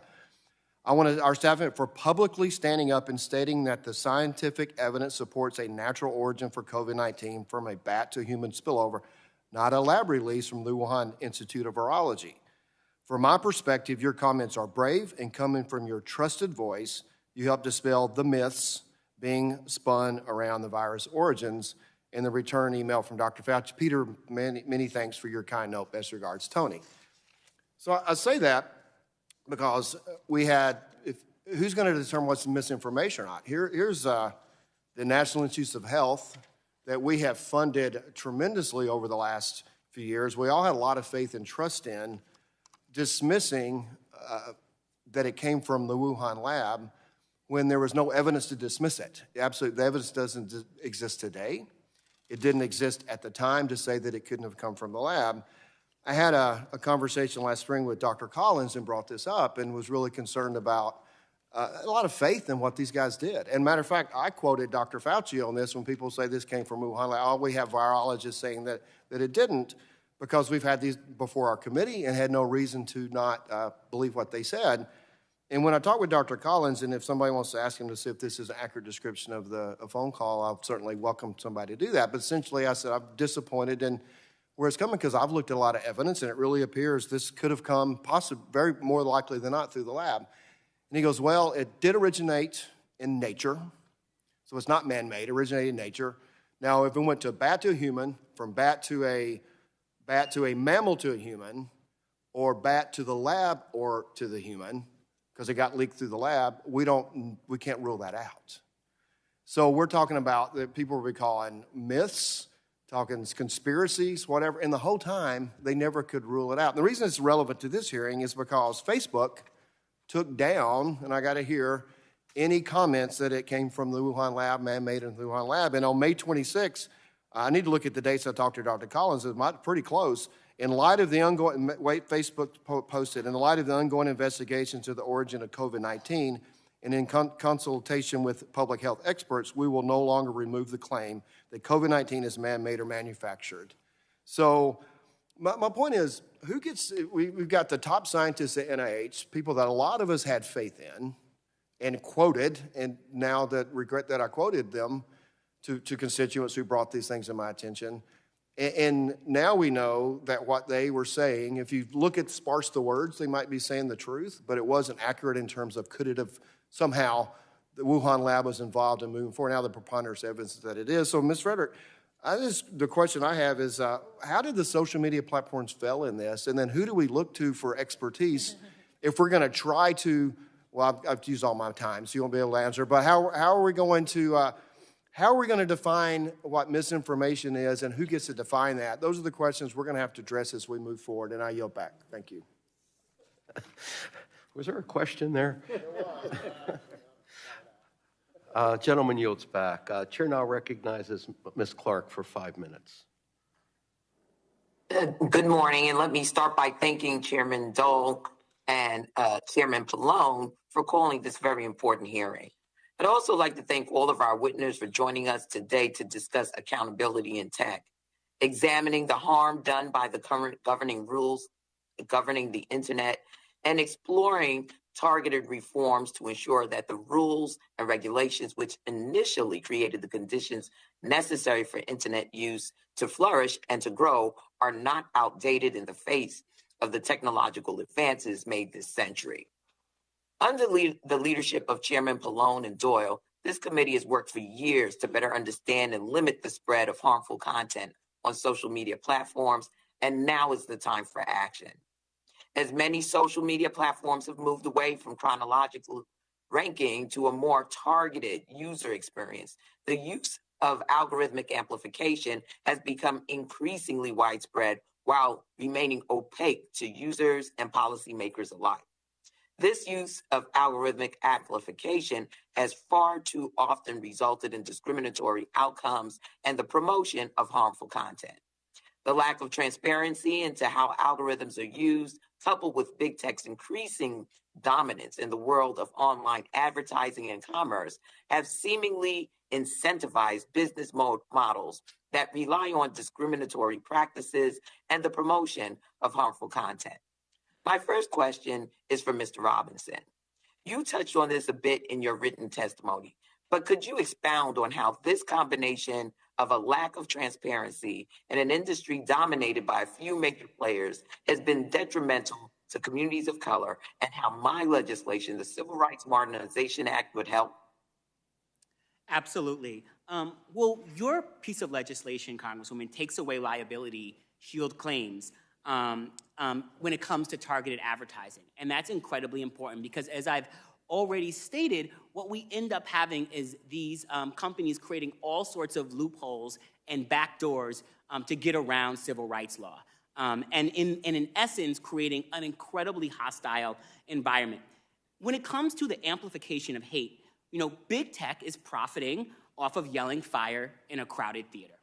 And so I understand that we have these conversations about the First Amendment, but there are limitations to what you can and cannot say. And right now, the incentive structures and the business models of big tech, the recommendations, what they amplify and what they choose to amplify. In a conversation with Mark Zuckerberg about dealing with the deep impact of census disinformation on his platform, we were trying to have a conversation about a set of policies they could have put in place to deal with census disinformation. Mark decided to bring up a young woman, a young dreamer that he mentors in East Palo Alto, and told the story of her being a DACA recipient. And he was afraid that if he limited in some way census disinformation, that it would limit her from being able to express concern given the challenges that happened around DACA. My response was, well, what other decisions does this young woman get to make at Facebook? And is she putting millions of dollars behind her post? Because if she's not putting millions of dollars behind her post, then in fact, maybe her friends won't even see it on the platform. But this is essentially what we're dealing with, and this is why we're before Congress. Because at the end of the day, self-regulated companies are unregulated companies. And Facebook and their billionaires will continue to put their hands on the scale of injustice as long as it makes them more money. And only Congress can stop them from doing it. And Congress has done this before in the past when it comes to other companies which have harmed and hurt us, and that's why we're here. Thank you. Mr. Steyer, your testimony focused on many of the negative impacts of algorithmic amplification and prolonged screen time on children and young people. This is something I'm very concerned about, particularly because we cannot yet fully understand the long-term impact as the children of today grow into leaders of tomorrow. Can you please explain for the committee how companies use Section 230 protections to continue these dangerous practices? Sure, and I think that Ms. Haugen has actually also referenced that, Congresswoman Clark. And the truth is this. Because of the fact, and we're using Facebook as an example, but don't forget there are other social media platforms that act similarly. Because they focus completely on engagement and attention, this is really an arms race for attention. What happens is kids are basically become addicted to the screen because of the design techniques. Actually, Congresswoman Schakowsky can have a hearing next week about it. But the bottom line is they are the business model encourages engagement and a constant attention. And that is very damaging to children because it means they spend more and more time in front of a screen. And that is not a healthy thing. So that is the fundamental business model that leads to the focus on attention and engagement that is damaging to children. Thank you very much for the question. Thank you, Mr. Chairman. I yield back. Gentlelady yields back. The chair now recognizes Mr. Kinzinger for 5 minutes. Well, thank you, Mr. Chairman, and thank you all for being here. This hearing is important and timely. I find the underlying subject is growing, tiring at the same time. We ask social media companies nicely to change their operations for the public good. We hold hearings. We warn of major legislative and regulatory changes, and nothing gives. They nibble around the edges from time to time, usually when major news stories break, but things continue to get worse over time and not better, which is why I've been working for years now to find reasonable and equitable policy solutions. In recent years, my approach has been to avoid amending Section 230 because I felt that we should be considering other options first. So I introduced 2 bills, Social Media Accountability and Account Verification Act and the Social Media Fraud Mitigation Act, both narrow in scope and don't amend 230. It would have had the FTC undertake a narrow rulemaking to require more action from social media companies to investigate complaints about deceptive accounts and fraudulent activity on their platform, and I believe they strike a good balance. They would have a positive impact on consumer protection without making drastic policy changes. But today, given the current state of affairs and the clear danger social media is posing to society, I'm more open to the amend Section 230 camp than I used to be. And just to drive home my initial point about how tiresome this has become, the blame can't be placed solely on social media companies. Despite my lengthy engagement with my colleagues before introducing my bills, and even after making changes to the bills based on their feedback, I could not find a partner on the other side of the aisle to lock arms with me, take a stand, and put something bipartisan out there to at least get the conversation going. Honestly, there are ideas coming from both sides of the dais that are worthy of debating, but the devil's always in the details. But if we're not even trying to engage in a bipartisan process, we're never going to get a strong or lasting set of policy solutions.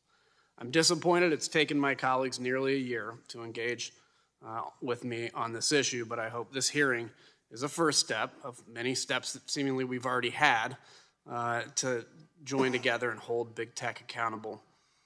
Ms. Haugen, I want to thank you directly for your recent efforts to bring about a broader conversation about the harms of social media.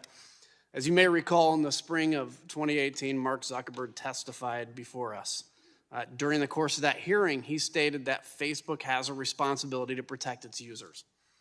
Do you agree that Facebook and other social media companies have a responsibility to protect their users? And if you do you believe that they are fulfilling that responsibility? I do believe they have a duty to protect their users. I want to remind everyone in this room that in the majority of languages in the world, Facebook is the internet. 80 to 90% of all the content in that language will be on Facebook. In a world where Facebook holds that much power, they have an extra high duty to protect. I do not believe they are upfilling that duty today because of a variety of organizational incentives that are misaligned, and Congress must act in order to realign those incentives. I agree with you. Ms. Frederick, let me ask you, you're also a former Facebook employee as part of their Global Security Counterterrorism Analysis Program, so I'm going to ask you the same question. Do Facebook and other social media companies have a responsibility to protect their users, and are they fulfilling that responsibility? They do have a responsibility to protect their users.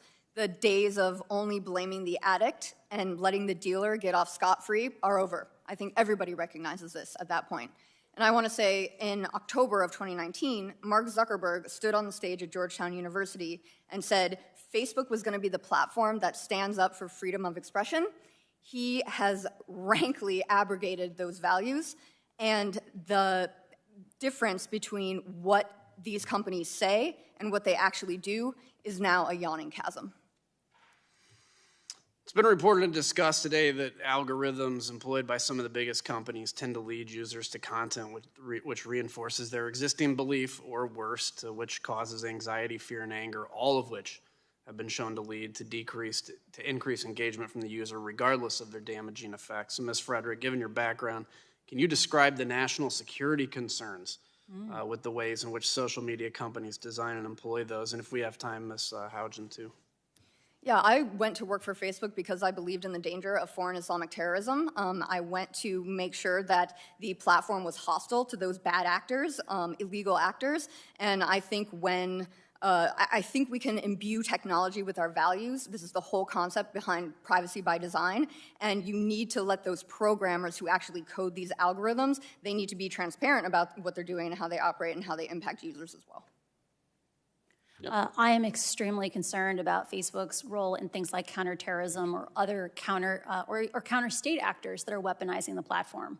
Facebook is chronically underinvested in those capacities, and if you knew the size of the counterterrorism team for the threat investigators, you'd be shocked. I'm pretty sure it's under 10 people. This should be something that is publicly listed because they need to be funding hundreds of people, not 10 people. Thank you, Mr. Chairman. Thank you to the witnesses, and thank you. I yield back. Gentleman yields back. Chair now recognizes Mr. McEachin for 5 minutes. Thank you, Mr. Chairman, and I want to say to my colleague and friend, Kinsinzer, forgive me for butchering your name, that I appreciate your comments about partisanship. I share them with the notion that if we're going to have something that's going to last, Congress from Congress, changes in parties and whatnot, we're going to need to have something that's bipartisan. And I invite you to take a look at the SAFE Act, which I think takes a unique and different approach to Section 230 liability. That being said, colleagues, I would ask all of you all to rethink or really understand the message we're sending when we talk about immunity. Because when we say immunity, what we're really saying is that we don't trust juries. Think about that. We don't trust a jury properly instructed to get it right. That's the only reason you'd have immunity, because you're afraid the jury's going to get it wrong. Remember, my colleagues, that juries are composed of the same people who send us to Congress. They're the people who trust us to make trillion-dollar judgments, to decide war and peace, to decide any number of things. If they're wise enough to do that, why are we so arrogant to believe that they're not wise enough, when properly impaneled, properly instructed by a jury, that they can't get it right? And so I want you to start thinking about immunity in that context as we go forward, if you would be so kind to do so. I'd like to direct my first question, Mr. Chairman, to the color of change, Ms. Robinson. And I note that you say that there are 3 ways that we know we're headed towards a real solution. And the first one jumps out at me and says that laws and regulations must be crystal clear. Now, when I came to Congress, I was just a small-town lawyer trying to make good, and I don't know what an algorithm is from a rhythm and blues section, quite frankly. But I do know how to say that immunity is not available if you violate civil rights. Immunity is not available for any number of legal actions. That's the approach the Safe Tech Act takes. Do you see that as meeting your first criteria? Can you comment on how and if you believe the Safe Act will ultimately help with big tech abuses? Absolutely. I do believe that it meets that mark. I believe that it meets the mark because the fact of the matter is that Facebook, Twitter, Google, Amazon, they all come before you and have explained that they are not subject to civil rights law and that they can get around the laws on the books and create all sorts of harms through the choices that they're making. And right now, we need a set of laws that make it so that they are not immune. And your point around juries, and I would add regulators, I would add sort of the infrastructure that we have in this country to hold institutions accountable, gets thrown out the window when we're dealing with tech companies out in Silicon Valley, because somehow they exist on a completely different plane and are allowed to have a completely different set of rules than everyone else. And the fact of the matter is freedom of speech is not freedom from the consequences of speech. This is not about throwing someone in jail. This is about ensuring that if you say things that are deeply liable, if you incite violence, if you incite hate, that you can be held accountable for that. And that if you are recommending folks to that and you are moving people through paid advertisement and your business model is amplifying that there is accountability baked into it. And I don't understand why we continue to let these platforms make billions of dollars off of violating things that we have worked hard in this country to move forward on. And that, I think, is why really understanding the difference between solutions that are real and solutions that are fake, and I think the SAFE Act gets us there as one of the pieces of legislation that we need to consider. Mr. Robinson, I would ask you, do you agree with me that just because the immunity is removed doesn't mean the plaintiffs are all of a sudden going to win every lawsuit? No, of course not. And I don't think anyone here believes that. But what it does mean is that we end up actually being in a place where there can be some level of accountability. And you don't end up having a situation where Mark Zuckerberg or Sheryl Sandberg or Jack or anyone else can come here and sit before you and lie about what their platforms are doing, decide when they're going to be transparent or not, and walk away and feel like absolutely no accountability. And this is not just impacting Black communities. This is impacting evangelical communities. This is impacting LGBTQ communities. This is impacting women. It's impacting people at the intersection of so many different experiences in life that we have allowed these companies to operate in ways that is completely outside of what our rules should look like. Thank you, Mr. Chairman. I thank you for your patience and allowing me to trespass on your time, and I yield back. Gentleman yields back. Chair now recognizes Mr. Bilirakis for 5 minutes. Thank you, Mr. Chairman. I appreciate it. I want to focus my questions on the Section 230, how it interacts with child exploitation online. In 2019, research from the National Center for Missing and Exploited Children reported that child pornography has grown to nearly 1 million detected events per month, exceeding the capabilities of law enforcement. That number increased to over 21 million in 2020 and is on track to grow again this year, unfortunately. Mrs. Frederick, if a tech company knows about a particular instance of child pornography on its platform, but decides to ignore it and permit its distribution, would Section 230 prevent the victim from suing the tech company? I would say that given Section 230's broad interpretations by the courts, companies have historically avoided liability for hosting similar content. Okay. As a follow-up, if a brick and mortar store knowingly distributes child pornography, can the victim sue that particular business, in your opinion? Yes, obviously. Thank you.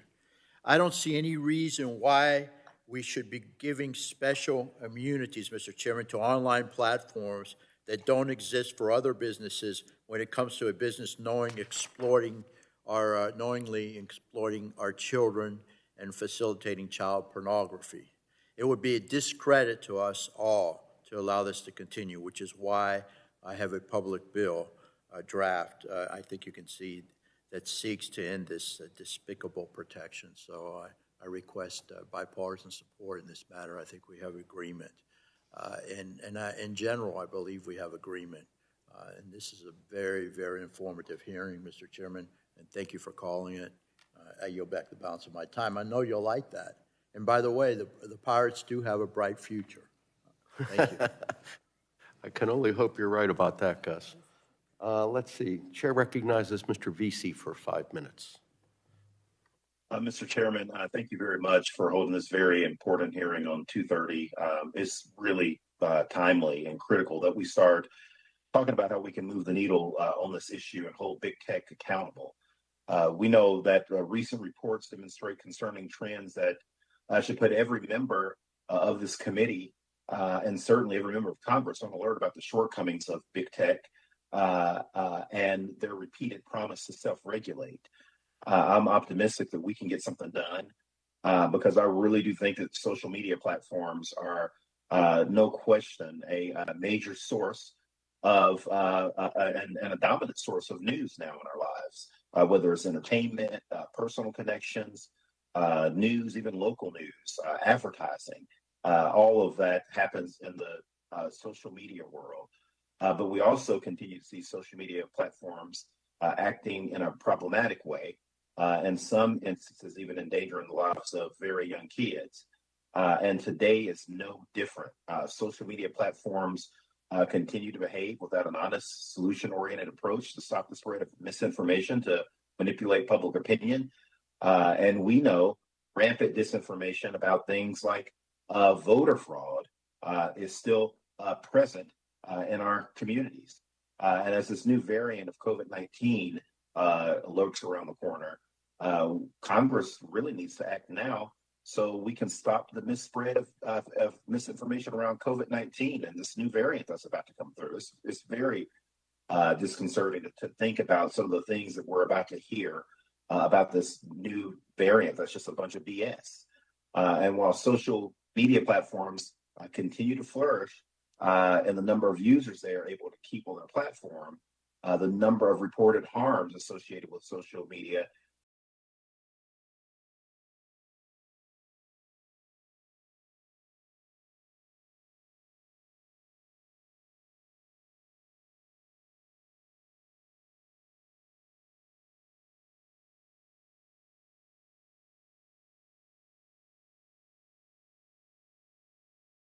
ask the panel a question. Again, there's no doubt that big tech companies have just been flat-footed when it comes to getting ahead of removing harmful content and disinformation on the most popular social media platforms. Ms. Frances Haugen, you mentioned numerous times during your interview on 60 Minutes that you wanted to show that Facebook cares about profits more than public safety. In November of this year, Facebook, which is now rebranded itself as Meta, announced that it is working with the civil rights communities, privacy experts, and others to create a race data measurement Given your experience and background in the field, can you talk about how Facebook incorporates such recommendations into these types of measuring tools? And is there a criteria or a set of guidelines that Facebook is considering when shaping the product? While I was there, I was not aware of any actions around analyzing whether or not there was a racial bias in things like ranking. One of the things that could be disclosed by Facebook but does not is the concentration of harm on the platform. So for every single integrity harm type, every safety harm type, a small fraction of the users are hyper exposed to that harm. It could be misinformation, it could be hate speech, and Facebook has ways to report that data in a privacy-conscious way today that will allow you to know whether or not harms across the platform were equally borne.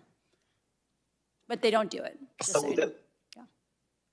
with this new tool that they're talking about creating, do you see any potential drawbacks to rating such measurement, which is supposedly one to increase fairness when it comes to race in the U.S. on this platform? Is there anything that we should be on the lookout for? When I was working on narrowcast misinformation, we developed the system for segmenting the U.S. population in a privacy-conscious way. We looked at the groups and pages that people interacted with and then clustered them in a non-labeled way. So we're not assigning race to anyone. We're not assigning any other characteristics. What we're looking at, when we look at consistent populations, do they experience harms in an unequal way? I don't believe there would be any harms for Facebook reporting this data, and I believe it is a responsibility of the company to disclose the unequal treatment on the platform, because it's the only way. If they're not held accountable, if there's not transparency, they will not improve. There's no business incentive for them to get this more equitable if it comes at a loss in profits. Thank you very much. Mr. Chairman, I yield back. Gentleman yields back. Chair now recognizes Mr. Johnson for 5 minutes. Thank you, Mr. Chairman. You know, this topic we're discussing today is certainly not a new one. This committee has told big tech that they cannot claim to be simply platforms for third-party information distribution while simultaneously acting as content providers and removing lawful content based on political or ideological preferences. In other words, big tech cannot be both tech platform and content provider while still receiving special protections under Section 230. Free speech involves not only being able to say what you believe, but also protecting free speech for those with whom you strongly disagree. That's fundamental in America. And big tech should not be granted the right to choose when this right to free speech is allowed or when they should prefer to hide, edit, or censor lawful speech on their platforms. They are not the arbiters of the freedoms constitutionally provided to the American people. This committee has brought in big tech CEOs numerous times now. So far, they have chosen to arrogantly deflect our questions and ignore the issues we've presented to them. It took a whistleblower, whom we're fortunate to have with us today, to expose the harm that Facebook and other social media platforms are causing, especially to children and teens at an impressionable age. That harm concerns me. I have a discussion draft that would require companies to disclose the mental health impact their products and services have on children. Perhaps such requirements would prevent the need for a whistleblower to expose highly concerning revelations, including that executives knew the content of their social media platforms are toxic for teenage girls. And perhaps it would incentivize these executives to come back to us with solutions that enable a safer online experience for its users, rather than attempting to debunk the evidence of their toxicity. However, we also must be careful when considering reforms to Section 230, as overregulation could actually lead to additional suppression of free speech. It is our intent to protect consumers while simultaneously enabling American innovation to grow and thrive without burdensome government regulation. Enter the event panelist Numeric password, followed by pound. Don't know who that was. That wasn't me, Mr. Chairman. That's not my accent, as you can tell. Ms. Frederick, the Chinese Communist Party has multiple agencies dedicated to propaganda. From the Ministry for Information Industry, which regulates anyone providing information to the public via the internet, to the Central Propaganda Department, which exercises censorship powers through licensing of publishers. How do big tech's actions compare to those of the CCP, the Chinese, when it comes to censoring content? I'd say that a healthy republic depends on the genuine interrogation of ideas. And having said that, I am very troubled by what I see as an increasing symbiosis between the government and big tech companies. I talked about Psaki's press conference, but what I didn't say is in that July press conference, again, from the White House podium, she said if one user is banned from one private company, they should be banned from all private companies' platforms. That, to me, is harrowing. What company is going to want to start up if 50% of their user base is automatically gone because the government says so? Yeah. So in my mind, that increasing symbiosis between the government and tech companies is very reminiscent of what the CCP does, and it should be stopped. Ms. Haugen, in your testimony to the UK Parliament, you recommend that a federal regulator should have access to platforms' internal processes and the ability to regulate their process for removing content. Just yesterday, one of my Democrat colleagues agreed with your recommendation for more government intervention. I'm seriously troubled by my colleagues thinking that government involvement in private business operations to regulate content is even an option to put on the table. Bigger government means less innovation, less production, and less progress, not to mention the very serious First Amendment implications. This is un-American. Ms. Frederick, quickly, can you talk about the negative impacts this approach would cause? It's authoritarianism. Okay, thank you. Mr. Chairman, I yield back. I was mischaracterized. The only thing I've advocated for is transparency and the government mandating that Facebook must articulate what it's doing to solve problems. Because today, they lie to us, they give us false data when they rarely give any data, and they always just say, we're working on it. They never actually give progress. So I just want to clarify my opinions. Gentleman yields back. I yield back, Mr. Chairman. Chair recognizes Mr. Soto for 5 minutes. Thank you, Mr. Chair. Lies about the vaccines, lies about the 2020 election, lies about the January 6th insurrection all proliferate on social media to this day. It seems like as we're working on key reforms like protecting civil rights, accountability for social media companies, protecting our kids, the main opposition by Republicans today, the talking point of the day, is they want a license to lie, the right to lie without consequence, even though deliberate lies are not free speech under New York Times v. Sullivan, according to our Supreme Court. What was scenario number one? Tom Cotton, Senator Cotton, referring to his Wuhan lab theory. He literally said, quote, "We don't have evidence that this disease originated there," to the New York Times. Yet radical right-wing media then goes on to say the virus is part of China's biowarfare program. That's a terrible example to use. And then after President Trump was impeached for collusion with Ukraine, you want to talk about a Hunter Biden laptop? Really? I'm deeply concerned about how these things are already spreading in Spanish language media as well. I got to speak to Mr. Zuckerberg in March about that, and he said there's too much misinformation across all these media. He mentioned deterministic products like WhatsApp, and they also said, quote, "There were certainly some of this content on Facebook, and it's our responsibility to make sure that we're building effective systems that can reduce the spread of that. I think a lot of those systems performed well during this election cycle, but it's an iterative process, and there are always going to be new things that we'll need to do to keep up with the different threats we face." Then I asked him to commit to boosting Spanish language moderators and systems on Facebook, especially during election season, to prevent this from happening again. Ms. Haugen, you left Facebook about 2 months after that hearing in May, and has there been significant updates since that hearing on protecting Spanish misinformation? In short, has Mark Zuckerberg kept his word? I do not know the progress of the company since I left. I do know before I left, there was a significant asymmetry in the investment in safety systems, We live in a very linguistically diverse country, and yet Facebook has overwhelmingly 87% of its budget for misinformation is spent exclusively on English. All the rest of the world falls into that remaining 13%.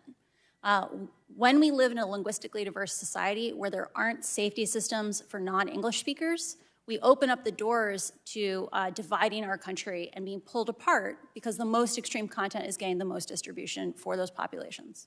And you had mentioned specifically in other hearings about Ethiopia and the concern with there. Can you go into that a little more? We are seeing a trend in many countries around the world where parties are arising based on implying that certain populations within their societies are subhuman, right? One of the warning signs for ethnic violence is when leaders begin to refer to a minority as things like insects or rodents, right? Dehumanizing them. At the same time, because Facebook's algorithms give the most reach to the most extreme content, Facebook ends up fanning the flames of this extremism around the world. And in the case of Ethiopia and Myanmar, that's resulted in people dying. Thank you, Ms. Haugen. Mr. Robinson, we also see a lot of lies and misinformation related to the vaccines. How has misinformation impacted communities of color taking the COVID-19 vaccine? Well, because of the ways in which Facebook is not transparent about their algorithms, transparent about how ads can be deployed, we actually don't have a full understanding of what we're dealing with. Because, we are dealing with, deep levels of deceptive and manipulative content, content that gets to travel and can travel far within subsects of communities, but without any clarity of what's happening until it's sometimes far too late, until you can't actually deal with it. The ways in which money can be put behind those for paid advertisement to sell people things that are not approved, that haven't been tested. In opening statements, we heard about drugs being sold online and being marketed through algorithms, and that's exactly what we're seeing when it comes to Black communities. And Mr. Robinson, sorry, my time's limited. Would you say misinformation reduces vaccination rates among communities of color with the COVID-19? It can both reduce vaccination rates and increase people going down rabbit holes of using all sorts of untested drugs. Thank you. My time's expired. Gentleman yields back. Chair now recognizes Mr. Long for 5 minutes. Thank you, Mr. Chairman, and thank you all for being here today.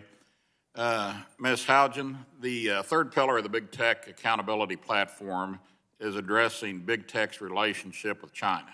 Mm-hmm. Much of the information you brought forward discusses the challenges associated with Facebook's business model and how it chooses content that users see on their platform, which leads to many of the harms that the platform causes today. We're looking at this issue all across Big Tech, not just on Facebook. One of the platforms we're paying close attention to, as you know, is TikTok. Mm-hmm. Reports suggest that TikTok's parent company, ByteDance, coordinates with the Chinese Communist Party to facilitate abuses against Uyghur Muslims and pressure United States-based employees to censor videos that the Chinese Communist Party finds culturally problematic or critical of the Chinese Communist Party. How does TikTok's platform business model make it ripe for being censored by China? That is a wonderful question. So I often get asked questions about the difference between personal social media, which is what Facebook is. You're connecting with your family and friends, and what I call broadcast social media, where people create in order to get reach. TikTok is specifically designed with no contract between the viewer and the content they receive. You get shown things, you don't know exactly why you got shown them. And the way Facebook or TikTok works is they push people towards a very limited number of pieces of content. You can probably run 50% of everything that's viewed every day with a few thousand pieces of content per day. That system was designed that way so that you could censor it. Like when it was in China, they're intentionally set up so that humans can look at that high distribution content and choose what goes forward or not. TikTok is designed to be censored. Okay, thank you. And question for you, Ms. Frederick. Your testimony makes clear that holding Big Tech accountable means increasing transparency into their practices. You also have a background in national security. We don't know how TikTok monitors its platforms or censors its content. They could easily be doing the bidding of the Chinese Communist Party, and we wouldn't know anything about it. how do you, do you have recommendations on how we can increase big tech's transparency? For example, how do we know if the content viewed by Americans on TikTok isn't spreading communist propaganda? I would say incentivize transparency. Certain companies of their own volition right now, they give quarterly reports on how they interact with law enforcement, how they employ their community standards, but other tech companies are not doing this. So there has to be some teeth when you incentivize that transparency among tech companies. And when it comes to TikTok in particular, as you said, parent company headquartered in Beijing, you have to assume that they are beholden to the CCP in this instance. The governance atmosphere of China, the 2017 cybersecurity law, the national security laws, basically say that whatever private companies do, whatever data they ingest, however they interact, all of it is subject to the CCP when it comes knocking. So in my estimation, I don't believe any American right now should be on TikTok. And there are social contagion elements there as well. The algorithm, their secret sauce, it is crazily wants user engagement. And 9 to 11-year-olds, parents were surveyed. And of 9 to 11-year-old Americans, these parents said 30% of them are on TikTok. This is more than Instagram, this is more than Facebook, this is more than Snap. So when we think about the formation of our young minds in this country, we have to understand that ByteDance, that a Beijing-based company, has their hooks in our children, and we need to act accordingly. So you say that the parents are saying that 30% of their children are on TikTok. 30% of parents say that their children are on TikTok. 9 to 11-year-olds in particular. So I'd say that there's probably another 30% that don't know what their kids are looking at. I mean, I think it's a lot higher number than 30, in my opinion. TikTok's hyper-amplification algorithms also make it even more addictive than TikTok because they can choose the absolute purest addictive content and spread it to the most audience. So I agree with her. This is a very dangerous thing, and it's affecting very young children. Okay. Mr. Chairman, thank you for holding this hearing today, and thank you all for your participation here today. I really, really appreciate it because it's a very, very serious subject, as we all know. And, Mr. Chairman, I yield back. Gentleman yields back. Chair recognizes Mr. O'Halloran for 5 minutes. There we go. Thank you, Chairman Doyle. There's no doubt about the positive and negative impacts of the technology platforms have in our society today. We've been talking about it all day long. As a father, grandfather, and like many Americans, I was outraged and am outraged to read about the inner workings of Facebook brought to light by Ms. Haugen. Facebook is recklessness, disregard for the well-being of children and teenagers, especially given their internal research. This is completely unacceptable. Instead of using Facebook and Instagram to create positive and social experience for minors, Facebook is exploiting our children and grandchildren for clicks and ad revenue. This is a particular problem for teenage girls. Facebook's own internal research found that using Instagram made teenage girls feel worse about themselves, leading to depression, eating disorders, and thoughts of suicide, and yes, even death. I don't know how they can come up with these decisions that they've come up with. I'm a former homicide investigator, as well as father and grandfather.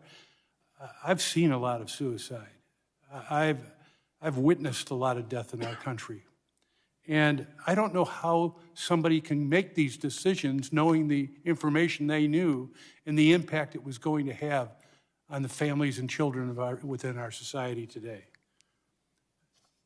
Facebook thinks it's okay. I think this is, again, an outrage. This is clear evidence that something needs to change. We need transparency for companies like Facebook. We need to know what they are showing our children and why, and to identify how these algorithms come together and what impact they will have on the rest of our society.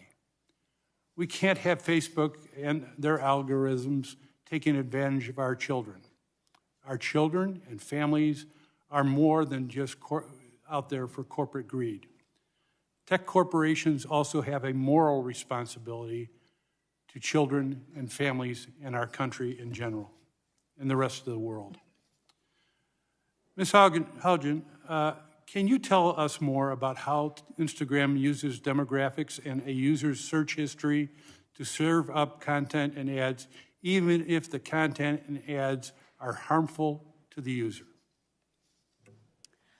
Facebook systems are designed for scale.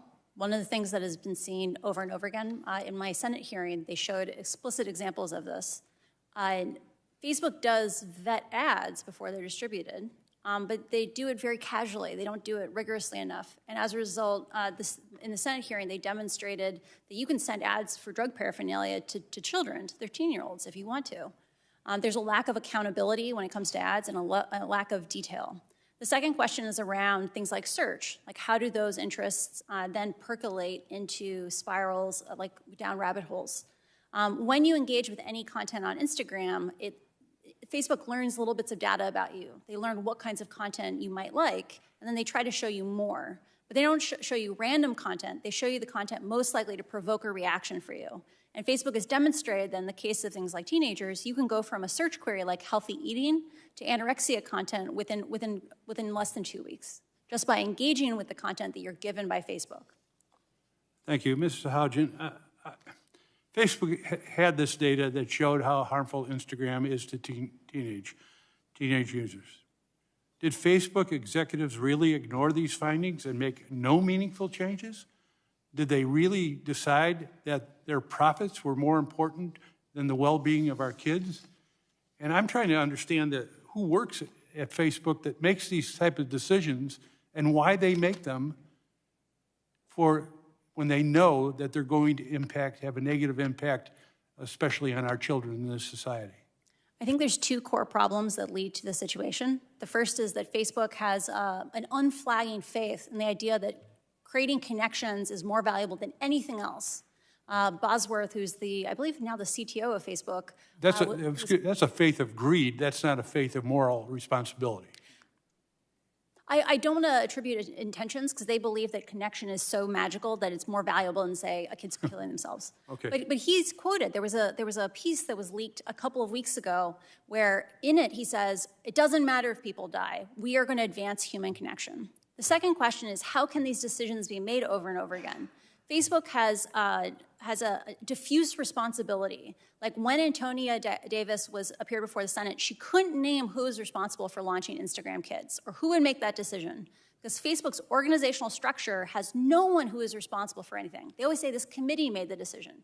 We need to require them to put names on decisions because then someone would take a pause and say, do I really want my name on this thing that might hurt someone? Thank you very much, and I yield. Gentleman yields back. Chair now recognizes Mr. Wahlberg for 5 minutes. Thank you, Chairman Doyle, and thanks for having this hearing. And to our panel, thank you for being here. Ms. Haugen, you state in your testimony that, and I quote, Facebook became a $1 trillion company by paying for its profits with our safety, including the safety of our children, and it is unacceptable. I agree wholeheartedly and would go even further to say that it's not only unacceptable, it's morally and ethically wrong. In the March hearing and others, we heard big tech companies constantly lie to us and say that they are enhancing safety protections when in reality what they're doing is increasing censorship for more monetary gains. And it's a tragedy that half of this country, including many friends and family of mine, who feel that they need to use these platforms, and they are amazing. I have a love-hate relationship for the platforms. I love them and I hate them. Mm-hmm. It's amazing what they can do. But when a family member of mine has to stay off of content areas because of potential of not being able to use Facebook for his business, that's concerning. I'd also state very clearly that while I love everybody on this committee and in Congress, good friends and colleagues, I don't want any of you censoring me. I don't trust you to do it. The only one I trust to censor is me doing the censoring, and you shouldn't trust that. So the issue here is not so much with adults. I don't want to be treated as a child.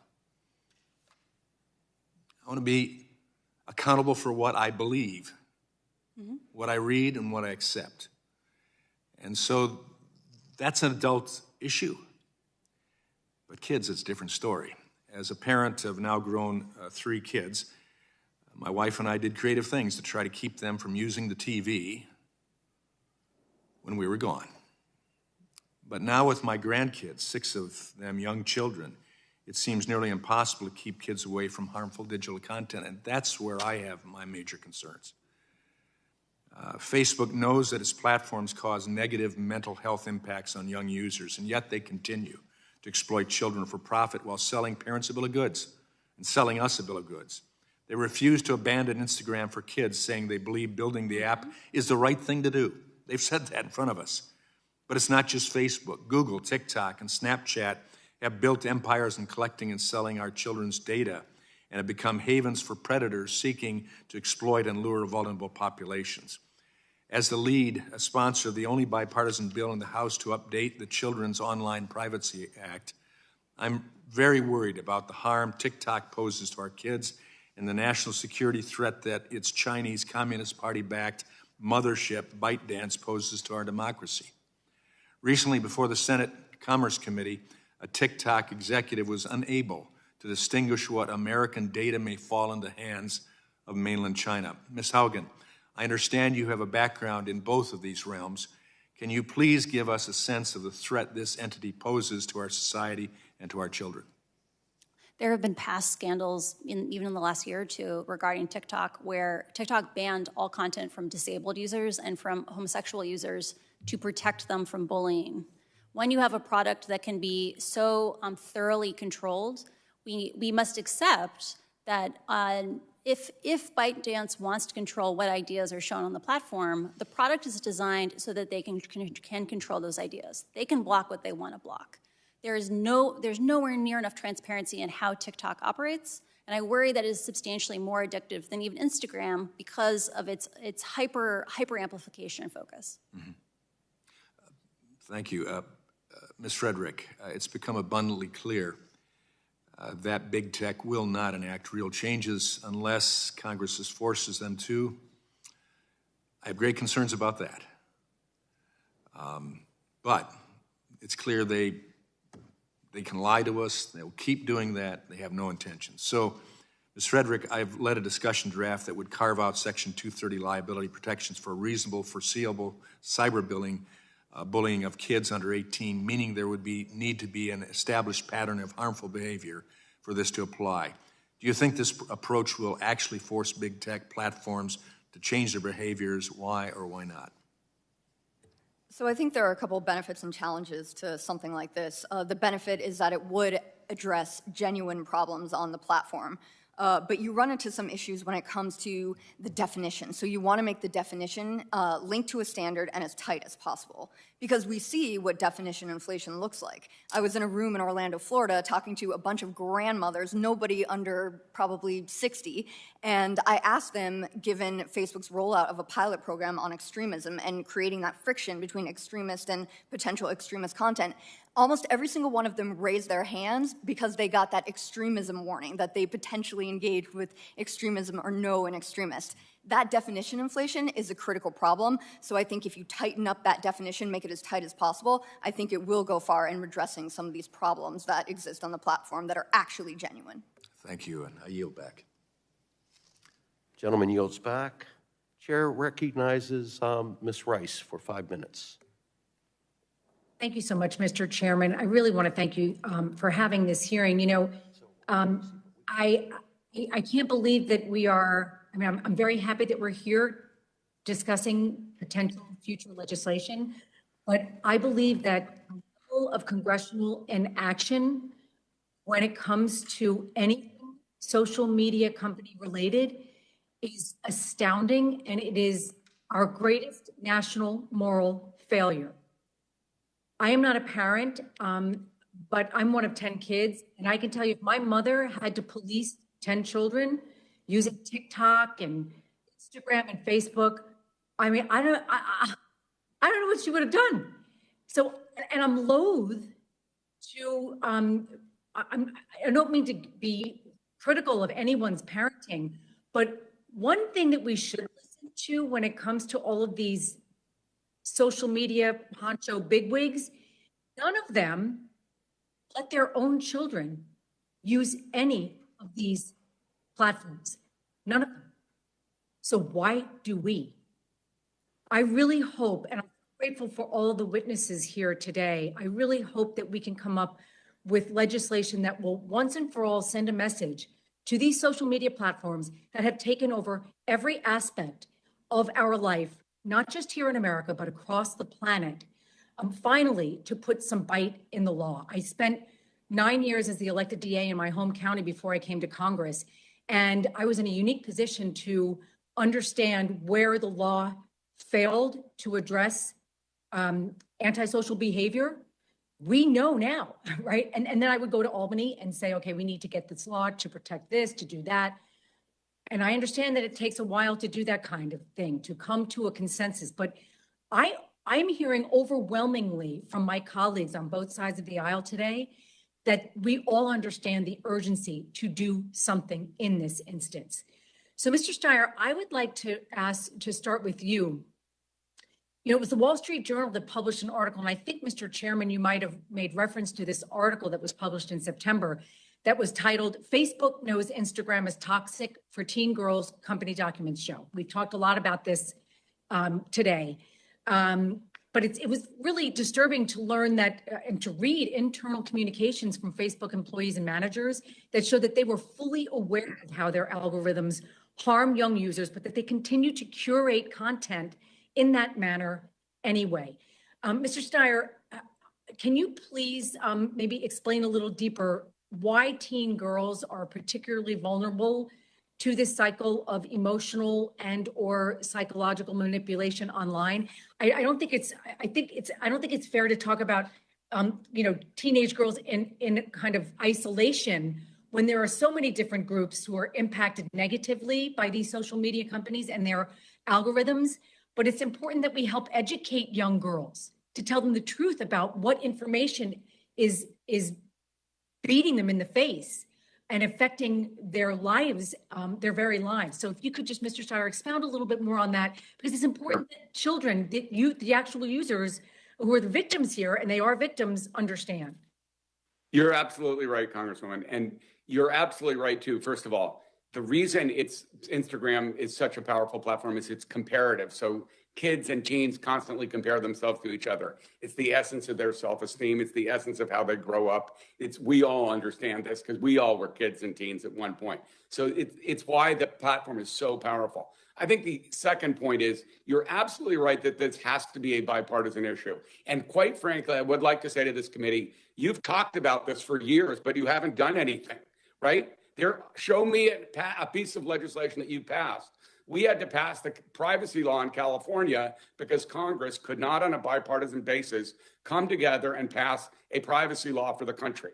And I would urge you to think about that and put aside some of the partisan rhetoric that occasionally is seeped in today and focus on the fact that all of us care about children and teens and that there are major reforms to 230 that would change that. Remember, freedom of speech is not freedom of reach. And so it's the amplification and the algorithms that are critical. So transparency, as a number of you have mentioned on both sides now, is critical.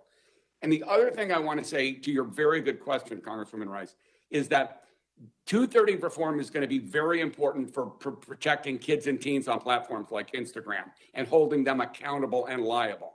But you also, as a committee, have to do privacy, antitrust, and design reform. So in a comprehensive way, this committee, in a bipartisan fashion, could fundamentally change the reality for kids and teens in society. And I really hope you will do that, because there's been a lot of talk, but until there is legislation, the companies that we're referring to are going to sit there and do exactly what they're still doing. So thank you very much for the question, and thank you all for a bipartisan approach to this issue. Very good points, Mr. Steyer. Thank you so much. And thank you to all the witnesses. And also thank you to Mr. Chair. I yield back. General Lady yields back. Mr. Duncan, welcome. You are recognized for 5 minutes. Thank you, Mr. Chairman. And, we've had the opportunity to discuss these issues with the heads of Facebook, Twitter, and Google in the past. And I've asked those CEOs in this hearing room, do you believe you are the arbiters of absolute truth? I was sitting here listening to the hearing and thinking about the hearing even before I came in today, and I kept coming back to this. 1984. The words in this book that George Orwell wrote ring so true when we talk about where we are today with big tech and all the things that have been discussed here, not just 230 protections. Some quotes from that book: we know that no one ever seizes power with the intention of relinquishing it. Who controls the past controls the future. Who controls the present controls the past. Do you see that the whole aim of newspeak is to narrow the range of thought? Narrow the range of thought. In the end, we shall make thought crime literally impossible because there will be no words in which to express it. We've seen these arbiters of truth, at least in their minds, with big tech, actually scrub words that can be used on their platforms. I still think that the question before us is social media platforms need to check themselves and understand that they're not gods, little g. They are not arbiters of truth. For the past 2 years, we've seen an unprecedented onslaught from Big Brother tech on conservative thought. It's interesting, Mr. Chairman, we don't see liberal thought suppressed by big tech platforms because Big Brother tech believes they should be the arbiters of truth and they hate conservatives, so they silence us. President Donald J. Trump, using the @Donald J. Trump handle, was the single most effective and most successful social media user and influencer ever. Twitter didn't like his politics so much, so they deplatformed him. You know, I think about this book, a thing called a memory hole. It's a small chute leading to a large incinerator. Anything that needed to be wiped from the public record was sent in the memory hole. Donald Trump's Twitter handle was sent in the memory hole, tried to be wiped. They wanted to make him an unperson, someone whose existence had been excised from the public and private memory. Legislation Democrats are bringing forward is in that same spirit. We know what's best for you, and if you disagree, then shut up. You would allow yourselves to define harm, and conservative thought is harmful to the nanny state. You would allow yourselves to define hurtful, and conservative thought is famously hurtful to the nanny state. As our friend Ben Shapiro said, facts don't care about your feelings. You would allow yourselves to define extremism and then label anyone who opposes you as extremist. That's doublethink. Doublethink in 1984. The act of simultaneously accepting two mutual contradictory beliefs as correct. These are the tactics of the old Soviet Union. The communists there, all dissent must be silenced. And I think we've seen big tech try to silence those they didn't agree with because they blame it on an algorithm or whatever, but truth be known, has been exposed that these efforts were consciously put forward. It wasn't just some algorithm running by AI. You're holding this hearing in that spirit today, the same Soviet spirit in Build Back Better that burdens taxpayers trillions of dollars in new debt, weakens our currency with inflation, harms our people. Same spirit you come today with left-wing government's alliance and left-wing big tech to silence conservatives like you silenced Donald Trump. Think Paul from 1984. Think Paul. It's a newspeak word to describe the secret police of Oceania who are responsible for the detection, prosecution, and elimination of unspoken beliefs and doubts that contradict the party. I would say contradict the liberal thought in this arena. I want to ask one question real quick because I think y'all get the gist of what I'm trying to say. Ms. Frederick, in your testimony, you talk about the pitfall of having Congress try to define harm. One of the proposals we are considering today removes Section 230 protection from companies that use algorithms to promote harm. What are some of the consequences of taking that approach? So I think it's absolutely worth noting that when Trump was banned from 17 different platforms in 2 weeks, the ACLU spoke out against the ban. No friends of conservatives, right? Angela Merkel spoke out. Where are they against today, the ban. though, as well? Russia Navalny spoke out against the ban, Russian dissident Alexei Navalny, and Lopez Obrador as well. So everybody recognizes the threat of censorship. It's not just Republicans, it's not just conservatives, it's independently minded people who think that our health depends on the genuine, again, interrogation of ideas. Tech companies are not allowing that happen. We need to strip them from immunity when they censor based on political viewpoints. My time's up, Mr. Chairman. Censorship is bad. We need to keep hollering that from the rooftop. I yield back. Gentleman's time has expired. Chair now recognizes Ms. Eshoo for 5 minutes. Thank you, Mr. Chairman. Let me start by thanking Ms. Haugen for your courage in coming forward. What you've done is a great act of, I believe, public service. One of the documents you've disclosed relates to Carol's journey. It's a project that Facebook researchers set up to observe the platform's recommendation engines. Now, I only have 5 minutes, so maybe you can do this in a minute and a quarter or whatever, but can you briefly tell us what the research found as it relates to Facebook's algorithms leading users down rabbit holes of extremism? Facebook has found over and over again, on the right, on the left, with children, that you can take a blank account, so it has no friends, no interests, and you can follow centrist interests. You can follow Donald Trump and Melania. You can follow Fox News, or you can follow, Hillary and MSNBC. And just by clicking on the content Facebook suggests to you, Facebook will get more and more and more extreme. So on the left, you go to, within 3 weeks, to let's kill Republicans. It's crazy. On the right, within a couple of days, you get to QAnon. Within a couple of weeks, you get to white genocide. There isn't two tangoing, as Facebook claims. There's only Facebook system amplifying and amplifying and amplifying. And this happens because that content is the content you are most likely to engage with, even though after you're surveyed, you say you don't like it. Thank you very much. To Mr. Steyer, Jim, it's wonderful to see you again. Thank you for testifying today. Your testimony mentions how addictive design features are, like snap streaks, how harmful that is. Can you tell us more about how these addictive designs prey on children and teens in particular? Absolutely. Good to see you, Congresswoman Eshoo. It's very clear that platforms like Facebook and Instagram, but as you just mentioned, Snapchat, YouTube, and others, have literally designed features like the auto replay that we're all familiar with. 3, 2, 1, you watch the next episode. That are designed to keep you there. As I mentioned in my opening remarks, this is an arms race for attention. Attention engagement, as Ms. Haugen has made clear to the public, is the basis of the business model for a number of the social media platforms.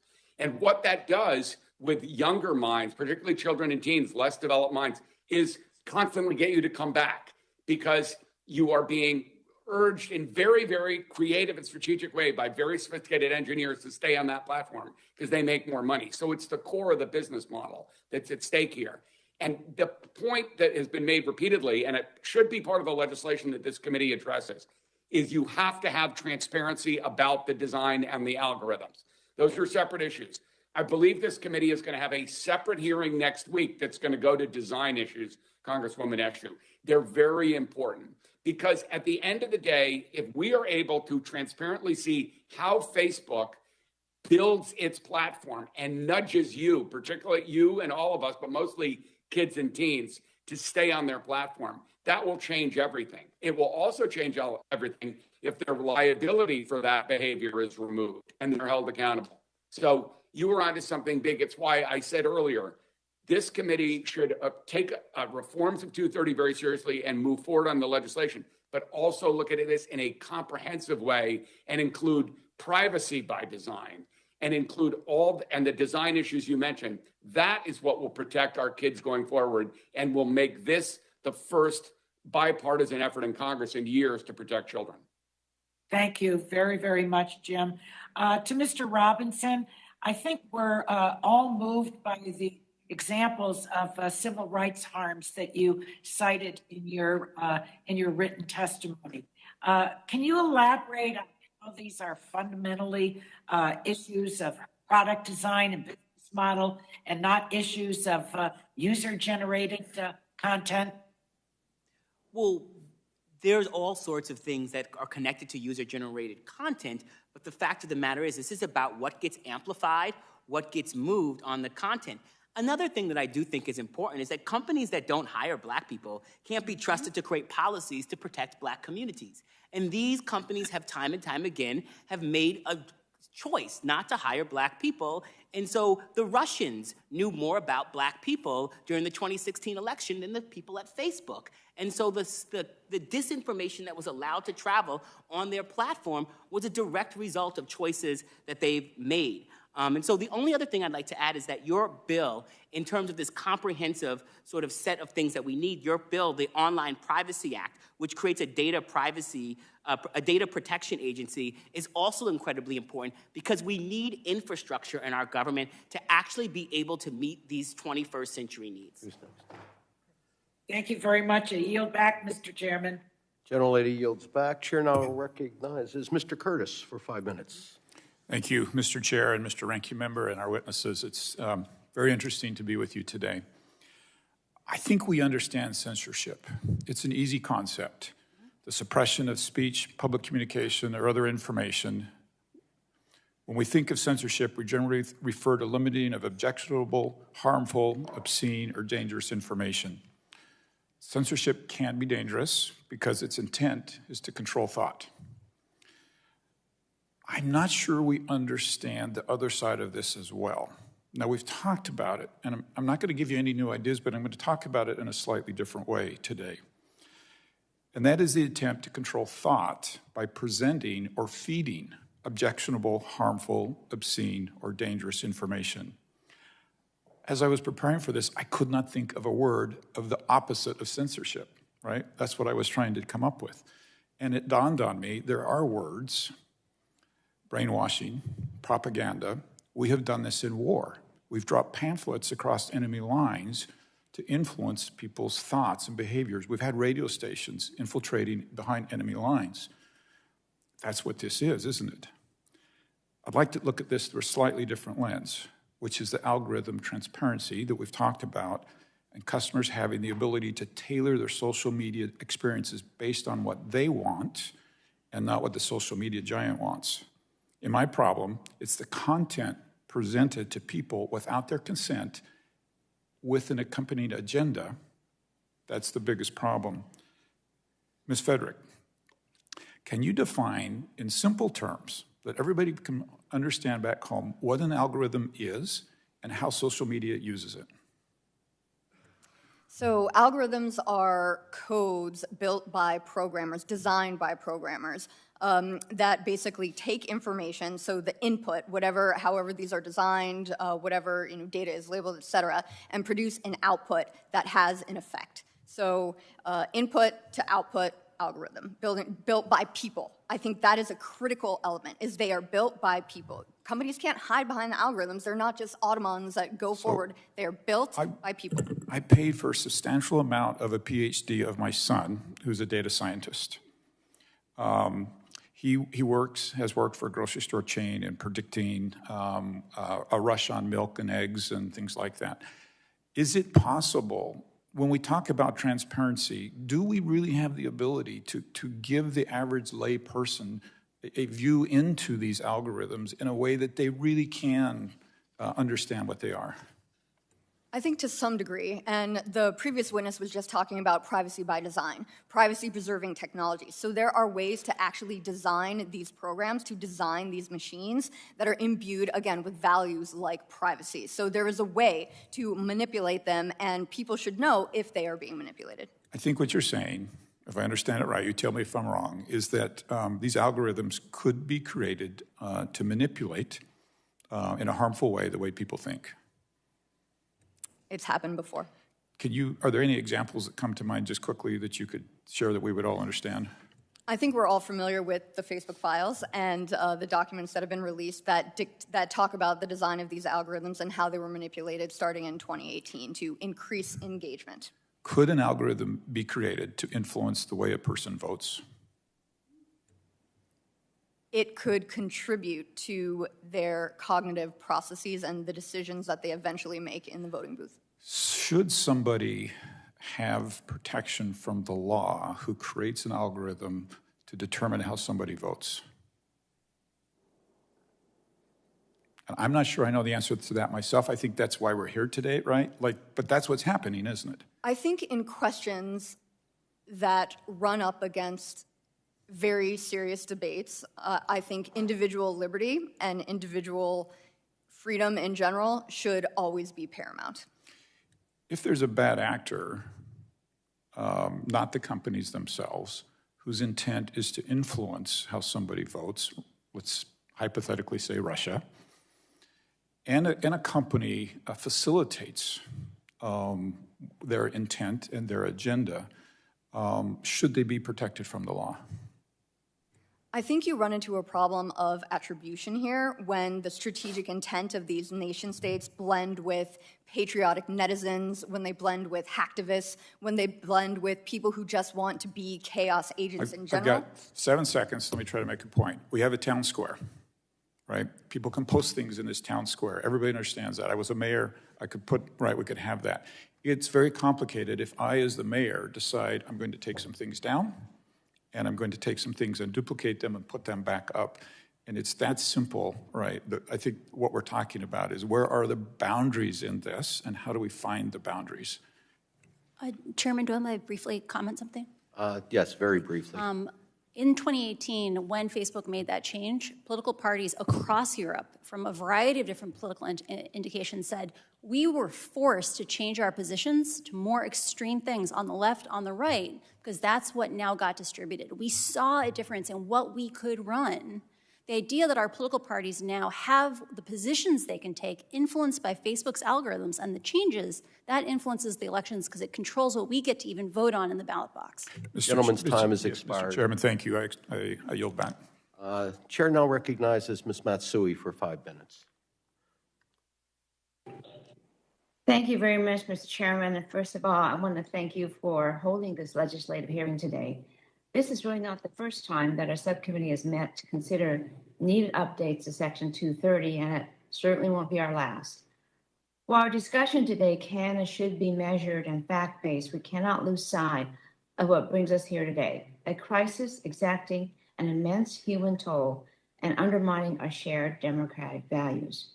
The magnitude of this crisis will necessitate a comprehensive approach that has implications for privacy, antitrust, and of course, Section 230 reform. I introduced the Algorithmic Justice and Online Platform Transparency Act with Senator Markey to bring needed transparency to the algorithms employed by online platforms and establish clear prohibitions on the most discriminatory algorithms in use today. The bill has been endorsed by 14 of the most important public interest groups like the Anti-Defamation League, Consumer Reports, and 2 organizations that are testifying here today with Free Press Action and Color of Change.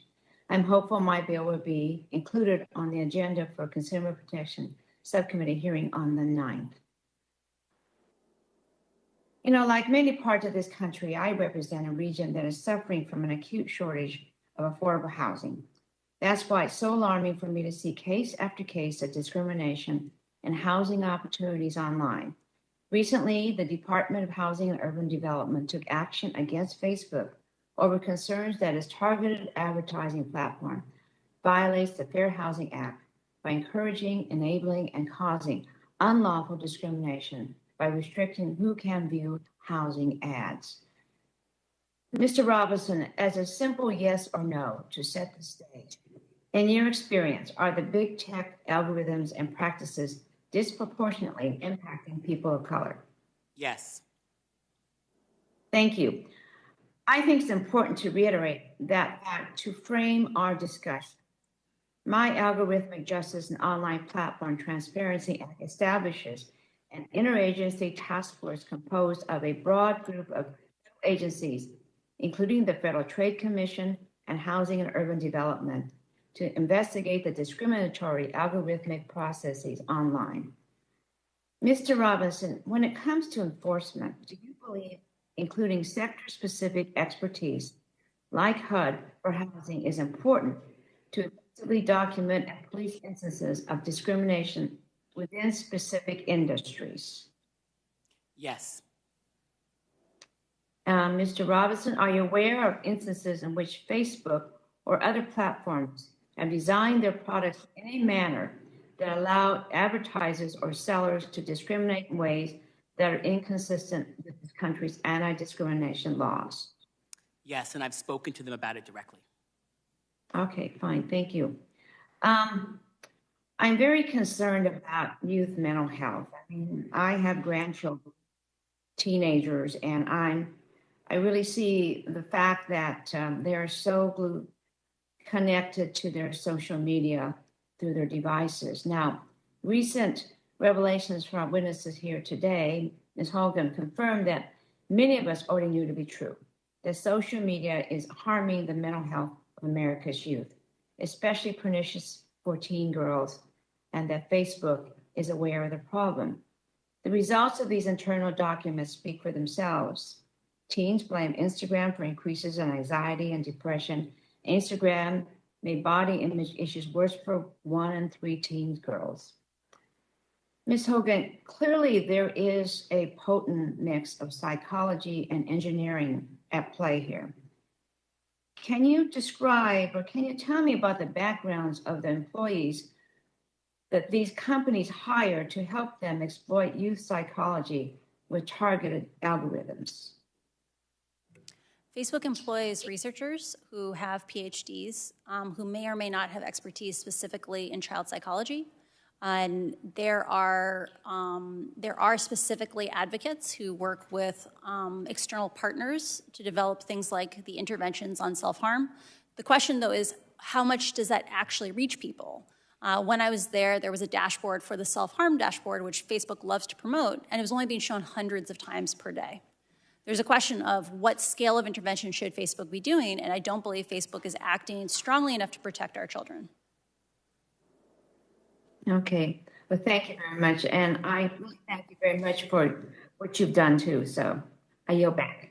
Gentlelady's time expires. She yields back. Okay, Chair's going to recognize Mr. Welsh for 5 minutes. Thank you very much. I really want to thank all three of you and Mr. Steyer for your testimony.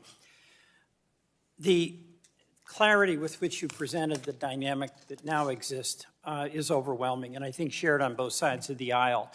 We've got a business model where amplifying conflict amplifies profit, and the two casualties of that business model are our democracy and our children. And I'm going to lay out my thoughts, and I want your response to this. But in a democracy, it depends ultimately on trust and norms. And the algorithms that are promoting engagement are about conflict versus cooperation. They're about blame versus acceptance. And I see what is happening as a profoundly threatening development for the capacity of us as citizens to engage with one another and sort out the conflicts that are legitimate disputes among us. And secondly, the horrendous use of a business model that attacks the self-esteem of our kids. And I don't care whether those kids come from a family that supported Donald Trump or a family that supported Joe Biden. We all love our kids, and they all have the same challenges when they're trying to find their identity. And to have a business model that essentially erodes those prospects and those efforts is one business model that we have to challenge.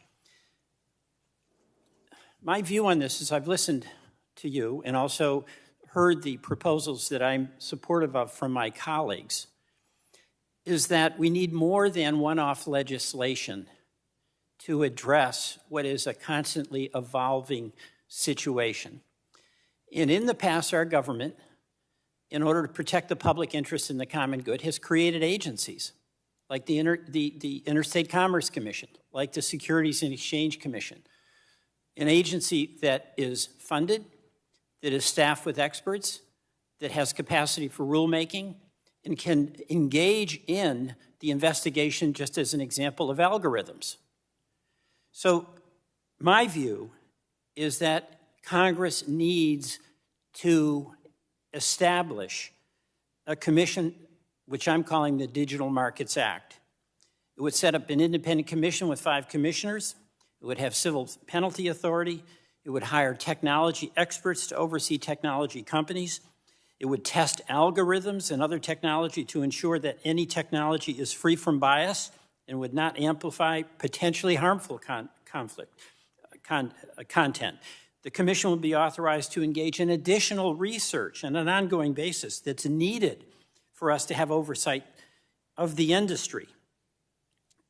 So this is the approach I think Congress needs to take. It's not about free speech, by the way, because it's not about good ideas or bad ideas. You make a good point, Ms. Frederick. And it's not about good people versus bad people. It's like recognizing that, no, Mr. Zuckerberg, you're not in charge of the community forum, that we have a democracy that we have to defend, we have children that we want to protect. So I'm just going to go, I'll ask you, Ms. Haugen, what's your view about that as an approach to address many of the problems that you've brought to our attention? I think one of the core dynamics that has brought us to the place that we're at today is that Facebook knows that no one can see what they're doing. They can claim they're doing whatever they're doing, and they've actively gaslit investigators, researchers, academics for years when they identified real problems. We need somebody. It can be a commission, it could be a regulator, but it needs someone who has the authority to demand real data from Facebook, someone who has investigatory responsibility. Mr. Robinson, thank you. We demanded for years Facebook conduct a civil rights audit. They eventually committed to in front of the United States Senate. They went about doing it, and now we have found out all the places in which they lied and held back information. And what's your view about my suggestion of an independent commission? Color Change supports the creation of a data protection agency and believes that it needs to have civil rights expertise involved. And Mr. Steyer, if you're still there? Yes, I'm here, Congressman Welch. I think that idea deserves very serious consideration. As I've said, and I think other witnesses and congresspeople have said, this deserves a comprehensive approach. So I think your proposal deserves very serious consideration because we have to hold the tech companies accountable, period, full stop. Okay, thank you very much. My time is up, and I'm sorry I didn't get to you, Ms. Frederick. Appreciate it. I would have disagreed anyway, sir. Pardon me? I would have disagreed anyway, sir. Okay. That's okay. Duly noted. Okay, let's see. Chair's going to recognize Mr. Schrader for 5 minutes. Thank you, Mr. Chairman, and appreciate everyone being here at this hearing. We definitely have to figure out what to do, and you all give us a lot of food for thought. Ms. Haugen, I want to give you a lot of credit for stepping up. It's very, very, very difficult to do. Occasionally, some of us do that here in this body, and I share your pain, frankly, in having to do that. I'm deeply disturbed by that Facebook has breached its duty to act responsibly when it potentially has stood to benefit from the misery and suffering of a number of its users. It's just totally inappropriate. It appears that Facebook knew that its products were causing harm to the American people, particularly the mental health of young people, as we've heard here today. And Facebook has not responded, as I've listened to the testimony from you all. This should raise concerns for every member of our committee. It appears to be that way, and indeed each and every American. Democracy, public safety, the health of our families and our children in particular are coming at the cost of profit for these companies. Power to connect all people around the world could be great, but it needs to be checked by democratic norms, human rights, and the rule of law. Hard part is getting to the solution at the end of the day. How do we avoid censorship, to Ms. Frederick's point, I think, and at the same time allow people to communicate in an honest and open way that does not advantage one side or the other. So just to hit a couple points, Facebook and companies like it, promise to police themselves. You guys have talked about that. Ms. Haugen, in your opinion and firsthand experience, is it particularly naive of us or even negligent of us to expect Facebook and other entities to self-police themselves for our benefit? I believe there are at least two criteria for self-governance. The first is that Facebook must tell the truth, which they have not demonstrated. They have not earned our trust that they would actually surface to us dangers when they encounter them. The second thing, they've actively denied it when they've been asked about specific allegations. The second criteria is when they encounter conflicts of interest between the public good and their own interests, do they resolve them in a way that it would be aligned with the common good? And they don't. And so in a world where they actively lie to us and they resolve conflicts on the side of their own profits and not the common good, we have to have some mechanism. And that might be a commission or a regulator, but someone has to be able to get truth out of these companies because they're currently lying to us. Very good. Thank you. Ms. Frederick, you've hit the nail on the head when it comes to viewpoint censorship. I mean, it's in the eye of the beholder to a large degree.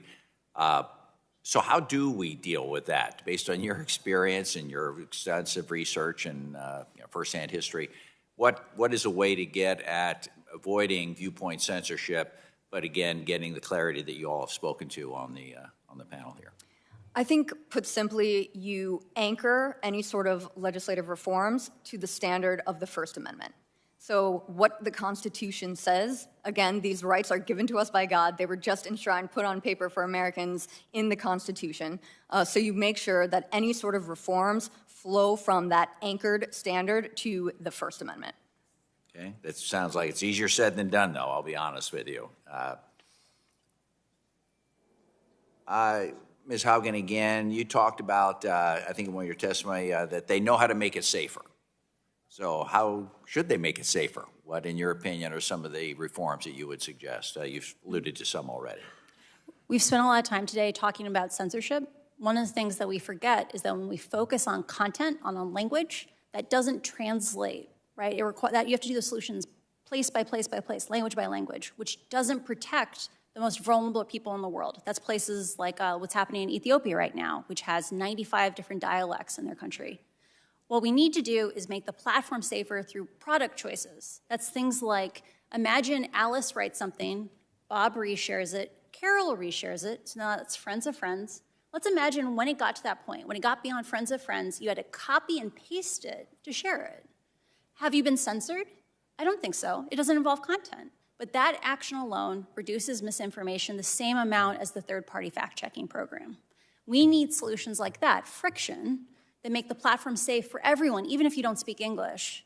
But Facebook doesn't do it because it costs them little slivers of profit every time they do it. Okay. Sounds like a complicated, it's going to be complicated to do this because you're dealing with how to affect the algorithms in a more positive way without bias, ostensibly. And I guess I'm out of time, and I yield back, Mr. Chair. Gentleman yields back. Chair recognizes Mr. Cardenas for 5 minutes. Thank you, Mr. Chairman, and also Ranking Member Lotta for having this very important hearing. And again, this is not the first time that we're discussing this issue on behalf of the American people who elected us to do our job, which is to make sure that they do continue with their freedoms, yet at the same time, the harm that can be prevented does not come to them. I'd like to first start off by submitting, for the record, a letter by the National Hispanic Media Coalition in support of H.R. 5596, Justice Against Malicious Algorithms Act of 2021.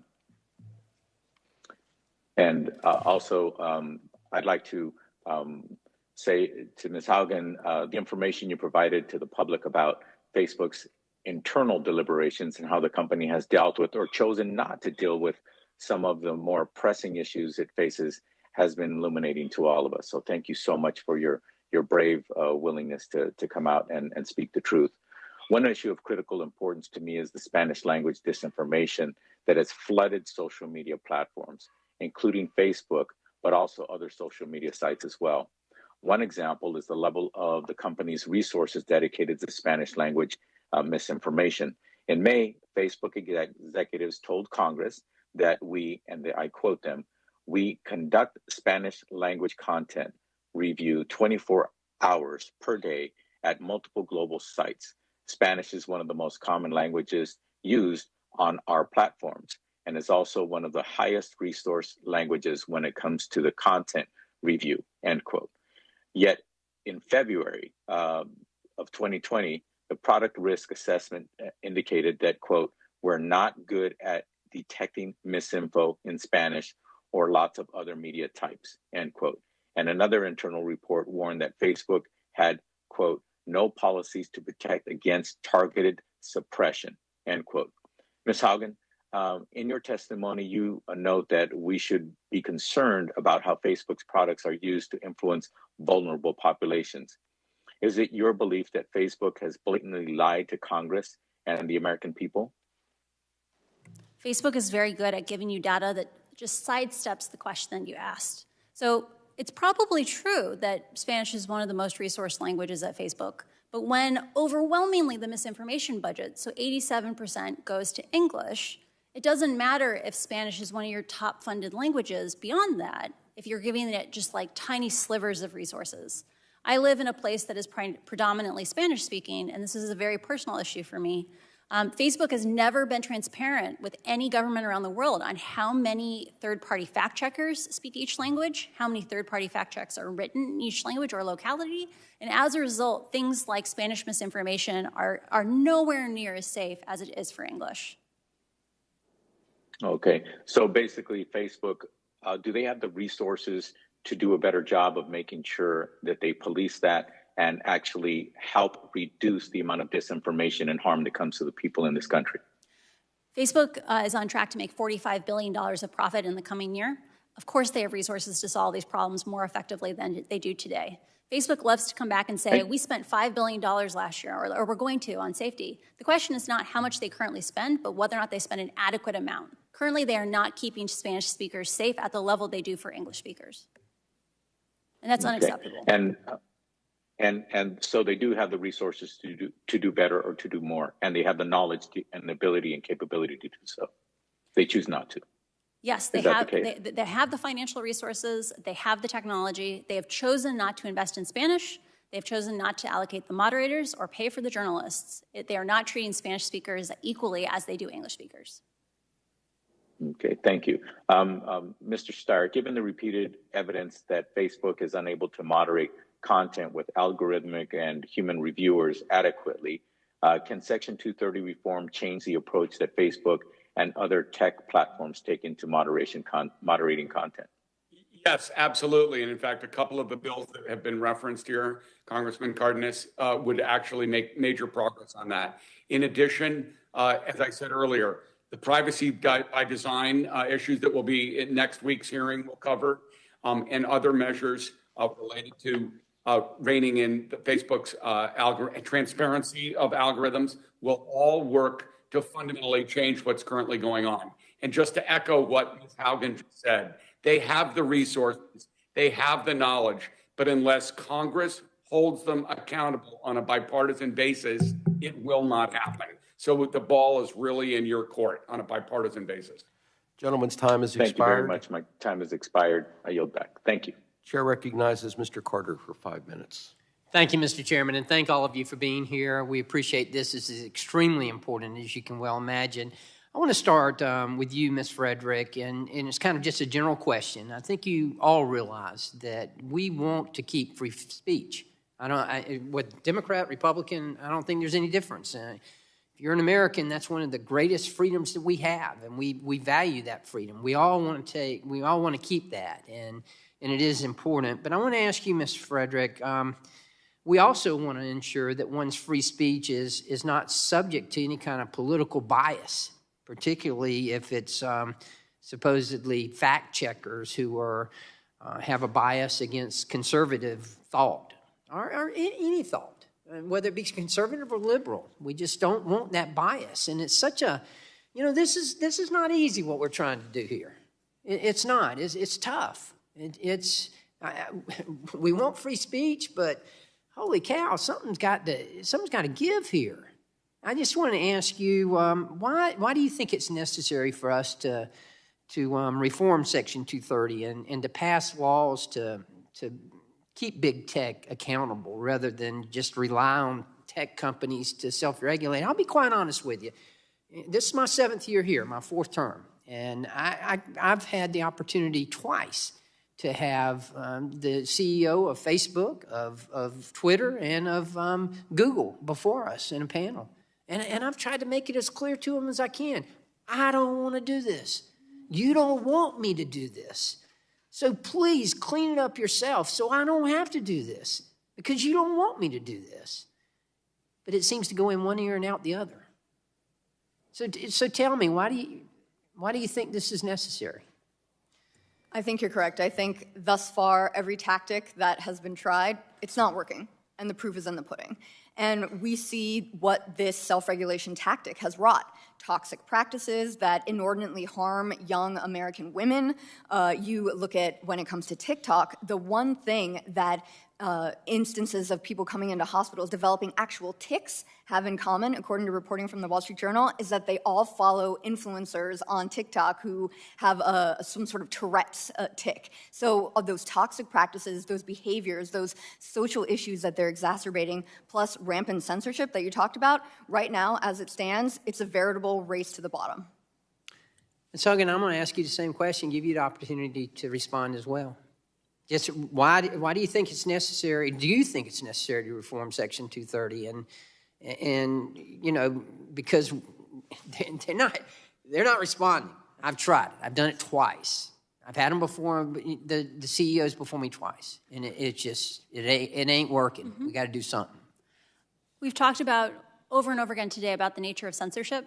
The thing that I think we need to figure out something to change the incentives is Facebook knows lots and lots of solutions that aren't about picking good or bad ideas. That's what we've been arguing a lot about today, is them picking out ideas. They have ways of changing the product to make it safer, but they have no incentive right now to make those trade-offs. You know, the thing like I talked about, the reshares, that takes a little sliver of profit away from them. And they keep not doing these things or not telling us about them because their only incentive is profit. We need to do something to change the incentives that these companies... Is that truly their only incentive? Profit? I think they do face, liability, right? Like they have a fiduciary duty to their shareholders. A lot of the things we're talking about here are trade-offs between long-term harms and short-term profits, right? I think genuinely good reform of Facebook will make it more profitable 10 years from now because fewer people will quit. But when you look on a short-term by short-term basis, they're unwilling to trade off these slivers of profit for a safer product. Okay, I want to get to this one final question. I'm running out of time here. By profession, I'm a pharmacist, and I've dealt with drug addiction and with prescription drug addiction, and all of you know that in 2020, drug overdose deaths increased by 55%, and you know how accessible these drugs are over the internet, and that is disturbing. And you know that many of them are laced with fentanyl, and you're familiar with this. But my question, and I'll direct it to you, Ms. Frederick, yes or no? Would this proposal theoretically, the proposal by the big tech platforms on the sale of illegal drugs on their platforms, and one of the proposals that the Republicans have put forward is to carve out Section 230 liability protection for illegal drug trafficking on a platform. Yes or no? Do you think that would work? Theoretically, it should, and it points to a broader problem on the platforms: drug cartels, advertisements for coyotes, trafficking people across the border illegally, foreign Islamic terrorism. Yes, I think theoretically it should help.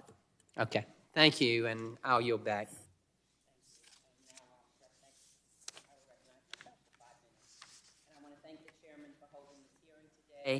As you've heard, the task before us is very difficult as we try to pursue legislation fixes to Section 230. As chair of the Tech Accountability Caucus, I believe that amending of Section 230 must be done carefully to ensure we are limiting the unintended consequences and driving the changes we really hope to achieve. The harms that were mentioned in the testimony today and the misinformation and disinformation on many platforms cannot persist if we are to continue having a healthy democracy. Promoting disordered eating, body dysmorphia, and self-harm is sending kids and teens already struggling with their mental health down a dark path that has been shown to worsen their mental health. Mr. Steyer, why are parents not able to hold these platforms accountable for pushing this type of content? And how can the reform of Section 230 impact platforms' amplification of harmful content? Thank you very much for the question, Congressman. I would just tell you, first of all, because parents aren't able to hold the platforms accountable because there's no law in place that permits that, which is why reforms of Section 230 will go a long way to doing that. You have to remove some of the immunity. For example, the issues that Ms. Haugen has talked about in terms of the body image, hiding the body image research by Instagram scientists.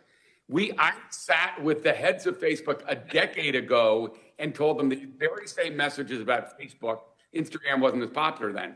They know this, but there is no they have legal immunity. So unless that immunity is removed for harmful behavior, like in the case of body image issues that we've discussed, they will act with impunity, as all of the witnesses have said. So I think it's extremely important that this body acts. Our prior congressperson mentioned the idea, could these guys stimulate? The answer is clearly no. Parents across the country, we have well over 100 million on Common Sense Media, do not believe that they have the power to do that. You do as Congress. So please reform Section 230 along the lines of some of the proposals that you put forward have. And second, look at a broader, comprehensive approach that includes privacy by design and and antitrust and other important ways that will put the power in the hands of parents where it belongs. Thank you very much for the question. Thank you. And Mr. Robinson, first and foremost, thank you for your leadership. In your testimony, you talk about the particular challenges communities of color face online with regards to content moderation. How do we ensure that civil rights are not circumvented online and that platforms are not facilitating discrimination through moderation? Thank you for that question, Congresswoman. We remove immunity. The fact of the matter is that the technology of the future is dragging us into the past because platforms have been given this idea and have been given these laws to believe that they are immune for a whole set of laws that people died for in this country to put on the books. And now we are sort of re-arguing and re-engaging around whether or not it is okay to discriminate against people in housing, employment, and data. These are things that should have already been settled, but now the technology of the future is dragging us into the past. And the other thing that I think about in listening to you as chair of the Tech Accountability Task Force, we've called them out on their lack of diversity in their boardrooms, C-suites, whatever. And I can't help but think that's part of the issue too.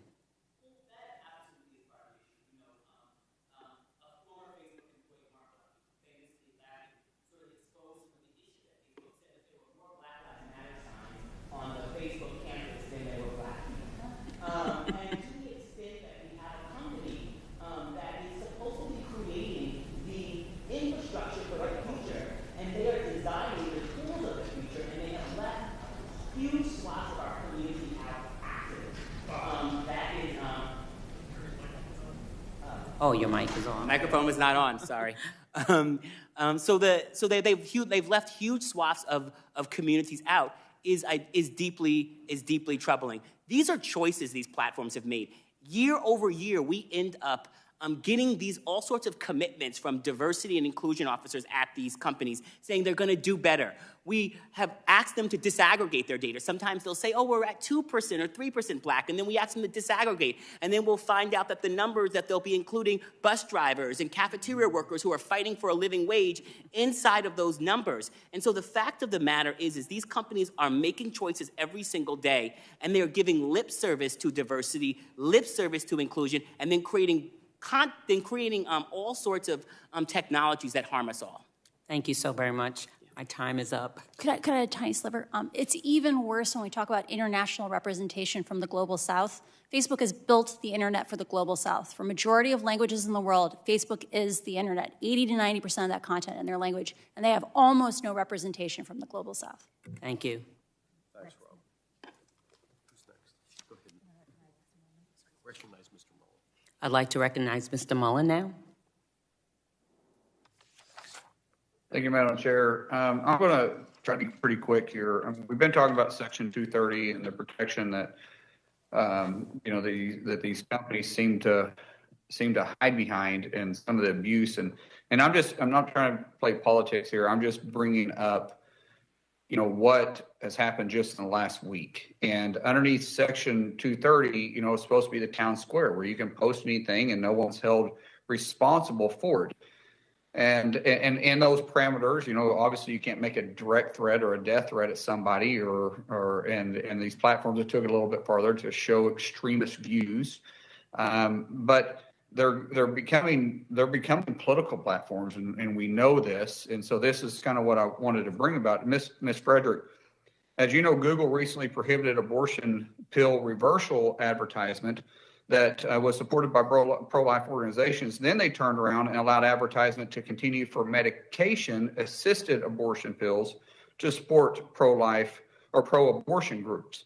When we start talking about Section 230, was Section 230, was this what it was designed for, to limit someone's ability to voice their opinion and allow somebody to say that it is or isn't? I mean, when we have, this is what this country does. We have opposite views, and we air them out, we talk about it. But completely eliminating one person's view and just putting stuff that you agree with, that doesn't fall within Section 230, does it, Ms. Federick? Not at all. And this is why the FCC chairman, Brendan Carr, says that Section 230 right now amounts to a regulatory legal advantage for one set of political actors. And we see the disparity between what big tech companies censor coming from the right and then what they censor that maybe cleaves to a leftist narrative that they approve of. If you look at the hypocrisy, it's rampant, as we talked about just in the national security space. Iranian officials, North Korean officials, CCP spokespeople, the Taliban. All of these people are free to say what they want on these tech companies. Usually it's a vociferous or even an obstreperous right who says, what is going on here? This hypocrisy, it can't stand. And then they maybe think about it. They maybe say this is human error and redress those issues. But that doesn't happen often, and it doesn't happen unless we talk very seriously or at least flag these issues. So this is not what Section 230 was created for. We need to realign it with Congress's original intent, but it's being abused right now. I couldn't agree with more. I agree with you more on that. So with that, I'll yield back. Thank you. Okay, who's next? Chair recognizes Ms. Craig for 5 minutes.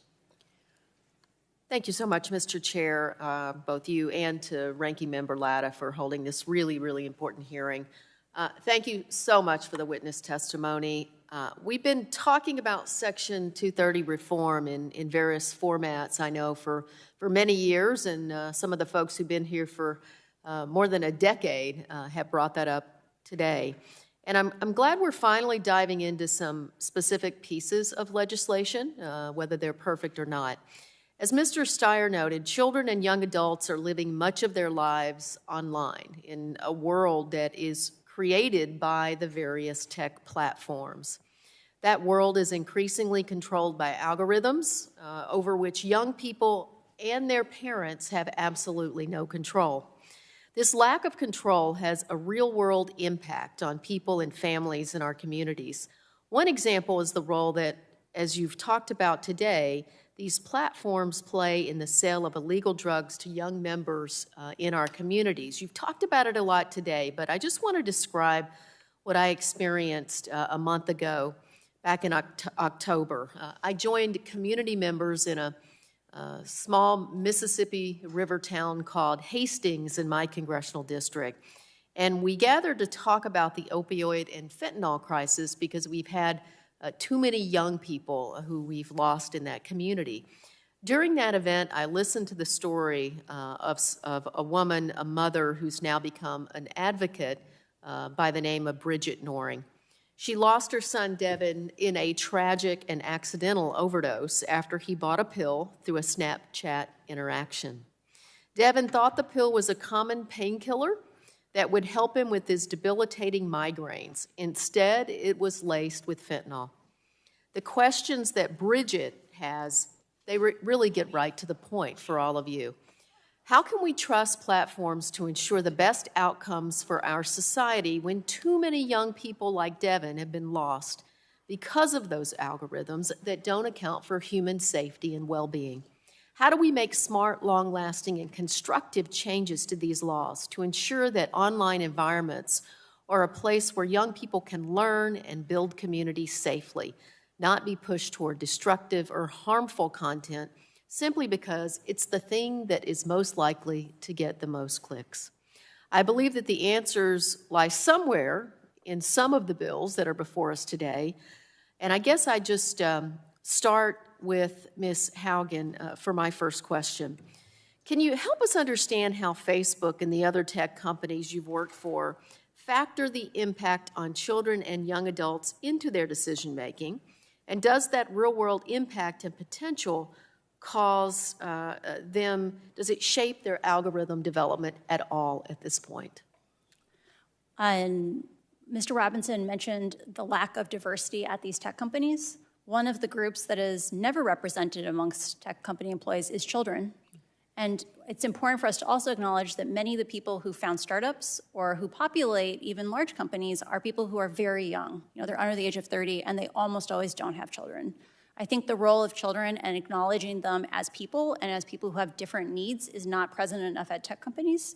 And that means that often, just as diversity is usually not designed in from the start, acknowledgement of the needs of children is also usually not designed in from the start. And as a result, it doesn't get as much support as it needs. Thank you for that. A follow-up maybe for Mr. Steyer. In your work at Common Sense, you identified specific solutions to address the sale of illegal drugs on tech platforms. How do you see that issue addressed in any of these bills, or not addressed in the bills? Are there gaps that you think we also need to put more thought into? Very good question, Congresswoman Craig. So first of all, I think most of the bills will remove liability for harmful behavior, and that clearly would fall under that category. So I think that several of the bills in front of you, and a couple of the ones that have been mentioned by other members, will actually address that. I think your point is extremely well taken, Congresswoman, because the thing that will move this forward and that will, I believe, get this committee to act in a way that will have an extraordinarily important impact for kids and families across the country, no matter what politics they have, is the focus on children. And you have the power to do that. And if we reform Section 230 and remove the liability protections around harmful behaviors, like the drug sales you're talking about, that will be an extraordinarily important move forward. So I really urge you all to do this on a bipartisan basis now. The parents of America are counting on you. Thank you so much for that answer. And, you know, I have 4 boys. It's too late. They range in age from 18 to 24 to be able to impact their lives, but I have an 8-week-old grandson, and it sure as damn better not take us another decade to figure this out. Thank you, Mr. Chair, and I yield back. Gentlelady yields back. Chair now recognizes Ms. Fletcher. Thank you, Chairman Doyle. Thanks to you and Ranking Member Latta for organizing and holding this hearing today. And thank you to all of the witnesses who are here today. Your testimony has been very useful for all of us. And listening to you and my colleagues today as we've addressed these issues over time, as I said, this isn't our first hearing, but it is clear that the legislation we're talking about today, the things that we're taking up to address Section 230 is important. And as is the broader approach that Mr. Welch discussed, and as Mr. Schrader and Ms. Kelly both said, this is not at all easy to do, because we're talking about how we balance a lot of interests here, a lot of challenges. We want to protect our children. We want to protect the free exchange of ideas in our marketplace of ideas. And that's really the foundation of a democratic society, right? Exchange of ideas and debate, and ultimately, hopefully, some consensus. But what we have learned and are continuing to learn is that some of these addictive design features have not only the potential to sow division and extremism, but the actual effect of doing so. And as we've heard today, what we saw in some of the Wall Street Journal reporting and the Facebook files, that Facebook made some changes to that algorithm that were meant to encourage people to interact more with friends and family through meaningful social interaction, but they actually did something very different.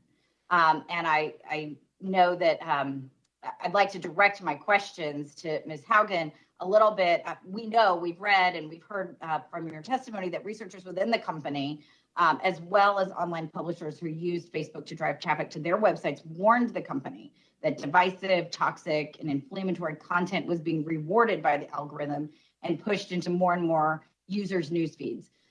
So, Ms. Haugen, can you talk a little bit about how and why the algorithm had such a different and devastating result than was intended?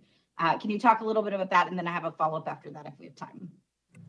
Mark Zuckerberg said in 2018 that engagement-based ranking, i.e. prioritizing content based on its ability to elicit a reaction from you, was dangerous because people were drawn to engage with extreme content, even when they asked them afterwards, did you like that? And they said no. And he said, but don't worry, AI will save us, ignoring the fact that the AIs that they built were insufficient. What happens is there's two sides to the problem. One is that publishers see that if they make content that has more negative comments, the more negative the comments on your content, the more likely you get a click back to your site. The more likely a publisher makes money off of that interaction. So there's an incentive for publishers to make more and more divisive and polarizing content. The second side is that the algorithm gives more reach and distribution to people if it's more likely to elicit a reaction. And so any thread that causes controversy versus one that brings reconciliation will get more distribution in the system. This has been known in psychology for years, that it's easier to elicit anger from someone than compassion, and it's known inside the company. But they don't change it because the way the system is built today causes you to produce the most content. Because when it elicits that reaction from you, a comment, a like, or reshare, it encourages the other person to keep making content. So this is not here for us to have more meaningful interactions. It's so that we can be a tool for more content to be produced.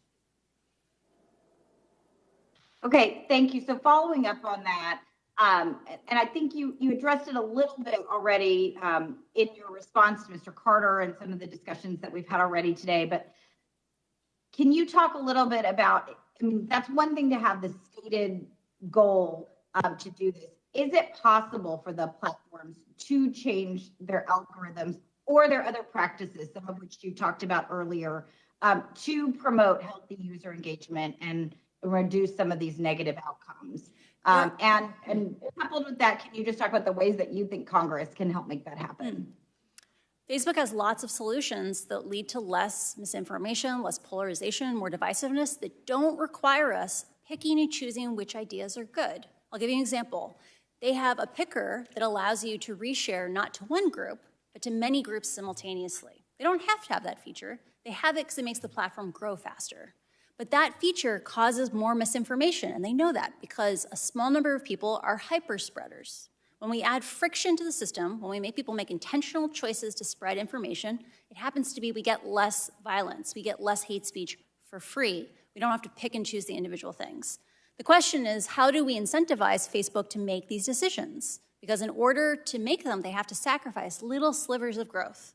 And the reality is we have to create incentives that counterweigh these profit motives if we want Facebook to act in the common good. Okay, well, thank you very much for that testimony, and I am out of time, so Mr. Chairman, I yield back. General Lady yields back. I think that is all the members of the subcommittee, so now we're going to those members who have waved on, and we will start with Dr. Burgess. I thank the chair for the recognition. Thank you all for your testimony and your ability to survive during a very lengthy congressional hearing, and I appreciate your input and your attendance today. Ms. Frederick, if I could just ask you on the issue of the fact that we know that platforms do use algorithms to filter content and to help identify posts or information that might violate their content moderation policies, but the sheer volume of that content that they have to evaluate.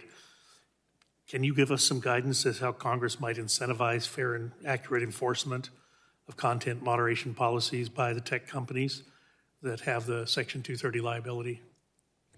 So I think there are a couple ways to do that. As I said before, use that First Amendment as a standard to reform Section 230, And then I think that companies should implement a user-friendly appeals process to provide that prompt and meaningful recourse for users who think that they've been wrongfully targeted for their speech. So basically, give power back to the hands of the people and not the platforms itself. Let them actually use the judicial system to address those issues. And I really think we should examine discrepancies in between what these companies say they do, what they say they stand for. These are US-based companies, their terms of service, their policies, and those implementation. If there's a discrepancy, why not bring them up on breach of contract? Why not examine them as possible cases of fraud? So you have to give the people some efficacy against these platforms because, frankly, they're not afraid. They're not afraid of Congress. They're not afraid of you, especially on the right side of the aisle. They do not fear the use or the incentivization of any of these mechanisms to cause them to fix what they've been doing wrong. I have an impression that you're correct. They don't. They don't fear on this side of the dais. So, and kind of what you're talking about there is a way to increase the transparency of the algorithms that that are used on those platforms. So is there a way to get to the transparency without jeopardizing the proprietary business nature of the information? I think there's a difference between proprietary designs of algorithms and then reporting and details on how these algorithms affect users and impact users on the platform. So that distinction should be made. And when we're incentivizing algorithmic transparency, I do think there has to be a public availability component, and there has to be some sort of teeth. Again, we have institutions that exist for a reason. The FTC exists for a reason. There are enforcement mechanisms that already exist. We don't have to expand government power. We don't have to weaponize it, but we do need to give this some teeth. Well, let me just ask you, Ms. Haugen, do you think that transparency, that insight exists within the company, say a company like Facebook? Are they aware that this occurs?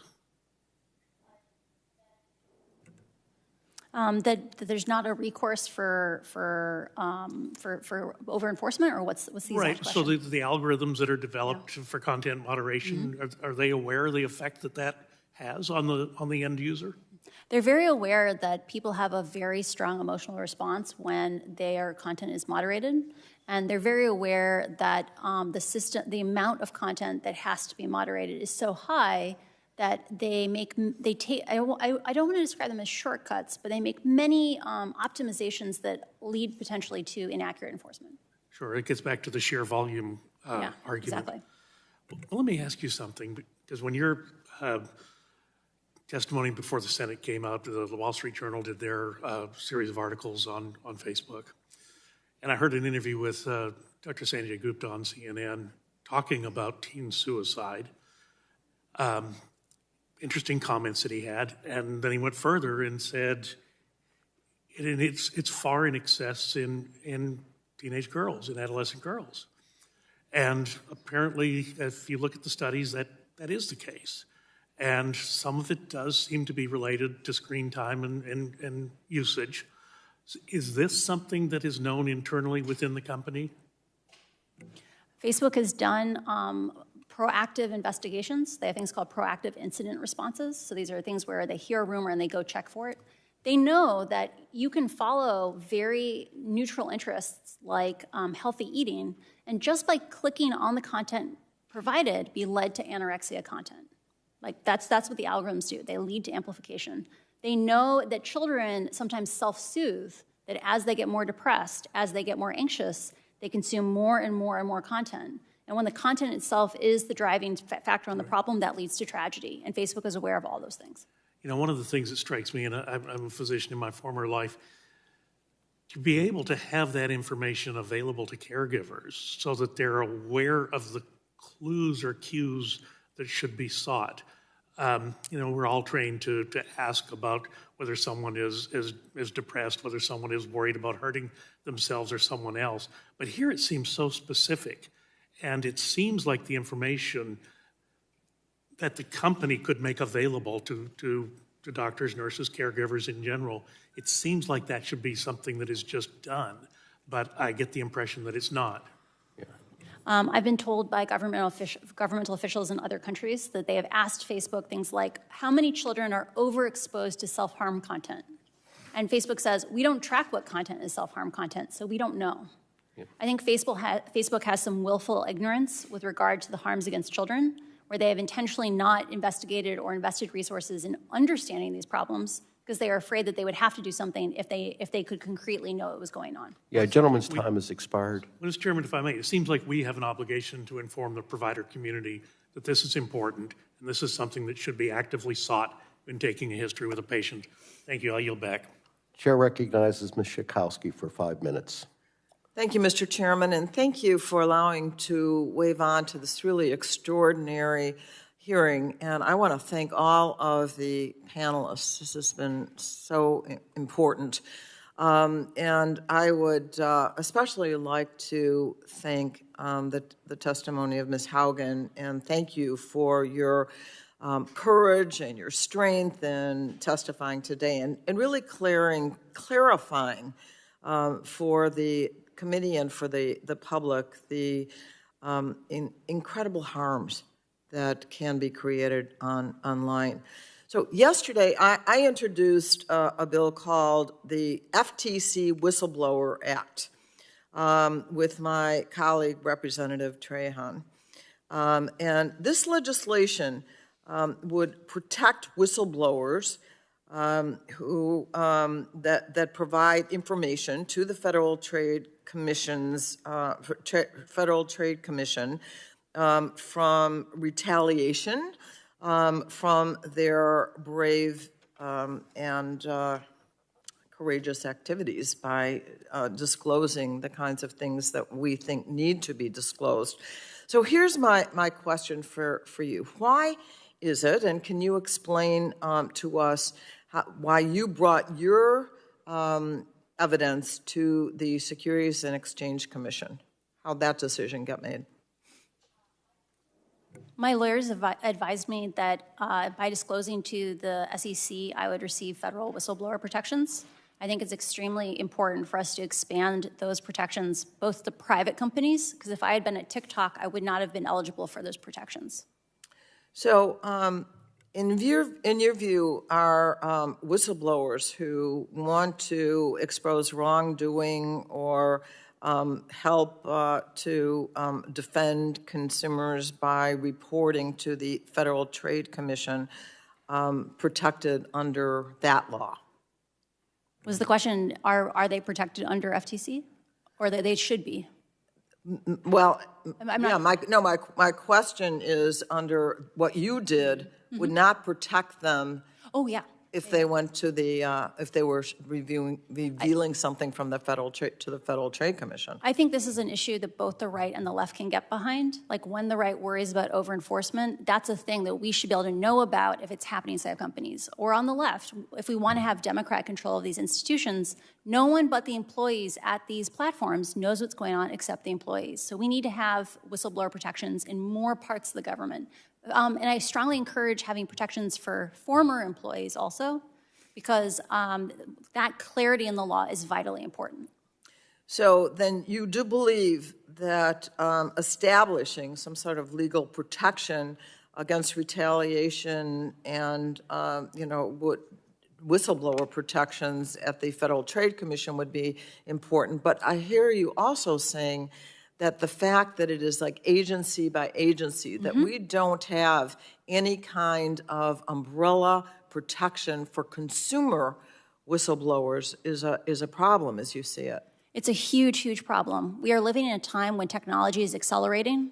Technology is always, governance has always lagged behind technology. And as technology gets faster and faster and more opaque, it becomes more and more important for us to have systemic protections for whistleblowers if we want to remain with the government in control of these things. Technology needs to live in democracy's house. Thank you. Really, that was the only question that I had. I just wanted to raise the issue that you needed to go there on the advice of your attorneys because that was a place that you would have protection. But the fact that ordinary people who have legitimate claims that know things that need to be shared do not have that protection right now. I actually didn't know that it also did not apply to ex-federal employees, and I think that they should be covered as well.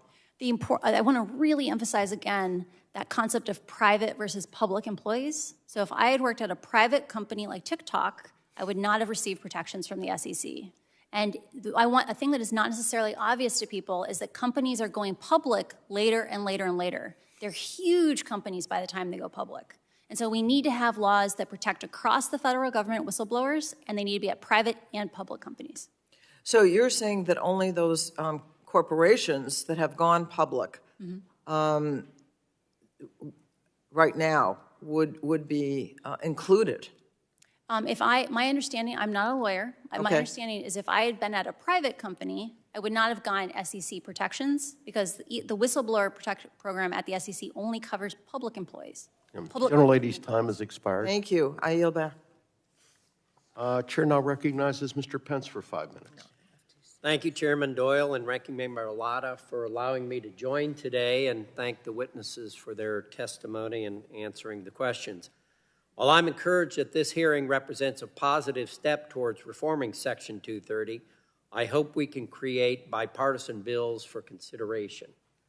Republicans on this committee have put forth thoughtful reforms to Section 230 that would greatly rein in big tech's unchecked authority to silence hardworking Hoosiers and all Americans.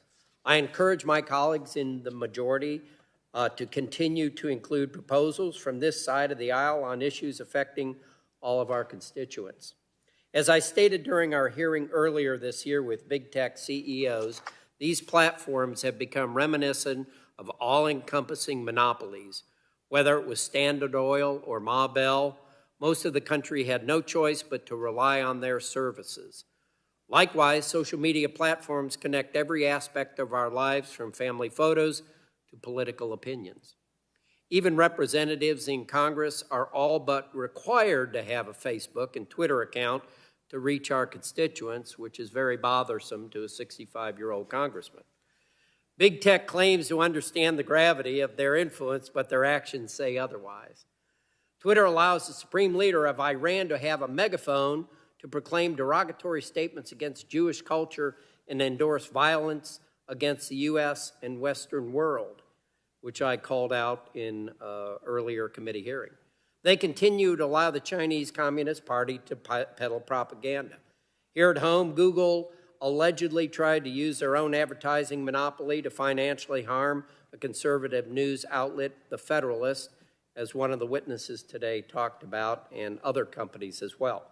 When Jack Dorsey announced his departure from Twitter on Monday, he ended his message wishing they would be the most transparent company in the world. I hope this commitment reverberates across the entire industry. Hoosiers and all Americans should know exactly how these companies are profiting off the personal information of its users, how IP has been stolen by adversarial countries like China, and how social media platforms give megaphones to dictators and terrorists while manipulating addictive qualities of posts, likes, and comments to hook our children into their service. We should have a better understanding behind big tech's decision to moderate content under their Section 230 shield. Ms. Haugen, I'm hoping you can comment on a suggested reform to Section 230 that I don't necessarily agree with or disagree with. I just want to get your thoughts on this. It's been suggested that a revised version of Section 230 for the treatment of a publisher or speaker would read, and I quote, "No provider or user of an interactive computer service shall be treated as a publisher or speaker of any speech protected by the First Amendment wholly provided by another information content provider unless such provider or user intentionally encourages, solicits, or generates revenue from that speech." If this language was signed into law, how would this affect social media platforms' ability to monetize higher engagement from harmful rhetoric? I'm not a lawyer, so I don't understand necessarily the nuances. Is the difference between the current version and that version that if you profit from the content, then you're liable? Like, I'm not sure what the current wording of the law is. If you're promoting, you would no longer have protection. If you were monetizing it? If you were monetizing it? If you're promoting, yes. Monetizing it, correct. I I do not support removing 230 protections from individual pieces of content because it is basically, it's functionally impossible to do and have products like we have today. If we called out the idea that you would have to, that if it was monetized, in a place like Facebook, it's actually quite hard to say which piece of content led to monetization, right? So if you look at a feed of 30 posts, but if they're shooting it out all over the place because it's negativity or anger or hatred, and let me ask in a timer rating, Ms. Frederick, could you answer that real quick? I'm also not a lawyer, but I do like money, so that gives me a little bit of pause when we think about people's ability to monetize their livings on these platforms, because part of the problem we know is that normal people who just want to have a business and maybe have some skepticism about what public health officials say, when they question that dogma or that orthodoxy or that leftist narrative, they're suspended or banned from the platform. So I want to protect the individual and the individual rights more than anything. Gentleman's time has expired. Thank you, Chair Mr. now Chairman. recognizes Ms. Castor for 5 minutes. Well, thank you, Chairman Doyle, for calling this very important hearing, and thank you to our witnesses. And to Ms. Haugen, you're courageous, and I think we all owe you a debt of gratitude for blowing the whistle on Facebook's harmful corporate operation, the design of their platform. They know the damage they're causing, and yet they look the other way and fatten their wallets at the same time. And Mr. Steyer, thank you for your years of commitment to keeping our children safe online. Thank you for your advice as we drafted the Kids Privacy Act, the update to COPPA. Hopefully we'll get to privacy as we move design reform and Section 230 reform along as well. And Mr. Robinson, thank you. Let's get into Section 230 a little bit. You say we should not nullify consumer safety or civil rights laws. We shouldn't encourage illegal, harmful behavior. I mean, we don't allow this to happen in the real world. We shouldn't allow it to happen in the online world. Section 230, courts have interpreted this section to provide, and remember, this was adopted in 1996, a world away from where we are now online. But the courts have interpreted Section 230 as almost a complete immunity from liability for what happens on their platform, no matter how illegal, harmful. It's so flagrantly bad that judges now are asking the Congress to please weigh in and reform Section 230. So that's why I filed the Safe Tech Act with Congressman McEachin, who was on earlier. The Safe Tech Act would remove Section 230 liability, the liability shield for violations of civil rights laws, antitrust laws, stalking, harassment, intimidation laws, international human rights laws, and wrongful death actions. Some of the bills, the other bills on the agenda today, focus on the algorithmic amplification or targeting that leads to certain harms. Do we need to blend these approaches, or would you highlight one over the other? I'll start with you, Mr. Robinson. I think we need multiple approaches, and I think we need to start by by removing all the immunity that these companies have when it comes to violating existing law, both in terms of amplification and in terms of sort of what they allow on their platform. The fact of the matter is that this has to go hand in hand, though, with transparency. Because what we end up with is these companies determining when they let us know or when we get to know. We just got a whole new set of documents through the Washington Post that let us know that they had done all sorts of internal research to actually show, and I know there's been a lot of conversation here today about this idea of conservative bias, but in fact, Black people were sort of much more likely to have their content pulled down than white people on the platform for similar levels of violations. Time and time again, this was Facebook's own internal research. They got the research, then they squashed that research. So we end up with these conversations about this idea of conservative bias when their own research tells them something different, and then they refuse to do anything about it because they have immunity. That blended approach, Blended. Ms. Haugen. What's your view? I agree that we need multiple approaches. Just removing immunity will not be sufficient. We need to have ways of being able to get information out of these companies, because one of the things that is lacking for Facebook, that is not lacking for any similarly powerful industry, is because they've hid the data, they've hid the knowledge. You can't get a master's degree in the things that drive Facebook right now or any of the other social media companies. You have to learn it inside the company, is that we lack public muscle to approach these problems, to develop our own solutions. And until we have something more systematic, we will not be able to hold these companies accountable. Mr. Steyer? Mr. Steyer had to leave early. I'm sorry, I should have made that announcement. We thank him for being on the panel, but he's not with us anymore. Ms. Frederick, do you want to weigh in on the design and the algorithmic amplification in Section 230 reform? What's your view? So Section 230 reform generally, I think, again, it starts with that First Amendment standard, and then you allow people to have recourse in courts, and then you let companies, or you make sure that companies report their content moderation methodology, their practices, to some sort of mechanism like the FTC with that public availability component, and then you add algorithmic transparency into that as well. So it's the public availability component that I think helps give people power back when it comes to them standing up against these companies and their concentrations of power. Thank you all very much. Time has expired. Let's see, Mr. Crenshaw, you're recognized for 5 minutes. Thank you, Mr. Chairman. Thank you, everyone, for being here. Ms. Haugen, I'd like to start with you, please. You were a lead product manager at the Civic Misinformation Department at Facebook, or Civic Integrity, as it's sometimes called. I want you to help us understand what standards are used to decide what is misinformation and what isn't? And I know that could be an hour-long answer, if we could do a short one. So just for clarification, people have sometimes said that my team took down, I think, the Hunter Biden story. There are 2 teams at Facebook, or more than 2 teams, that deal with misinformation. So the main misinformation team, which was under Community Integrity, uses third-party fact-checkers, which are independent journalists who identify they're allowed to make any choice they want to within the queue of stories, and then they write their own journalism, and that is how things are decided to be true or false. My team worked on... Do you guys see any problem with outsourcing the fact-checking to people who really don't check facts, but instead check opinions? I mean, I'm a victim of that many times by these so-called journalists who are so-called fact-checkers. Is there any concern about that at Facebook?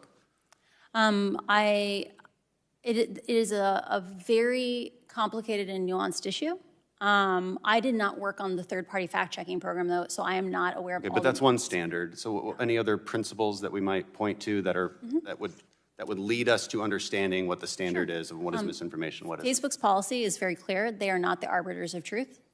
So I think there is an open opportunity for public discussion on how third-party fact checks should be conducted, but that is outside the scope of the things that I worked on. Okay. Mr. Robinson, in your testimony, you say that we must take racism head on, finally eliminate the racially ignorant, exploitative, and harmful components of big tech. And we would do so by supporting legislation that removes liability if they do not remove content that causes irreparable harm. Now, in principle, I already have objections to that just because it's too vague, but that's not actually what I want you to address. I want you to address of whether it would be really applied neutrally across the board, that general principle of that irreparable harm.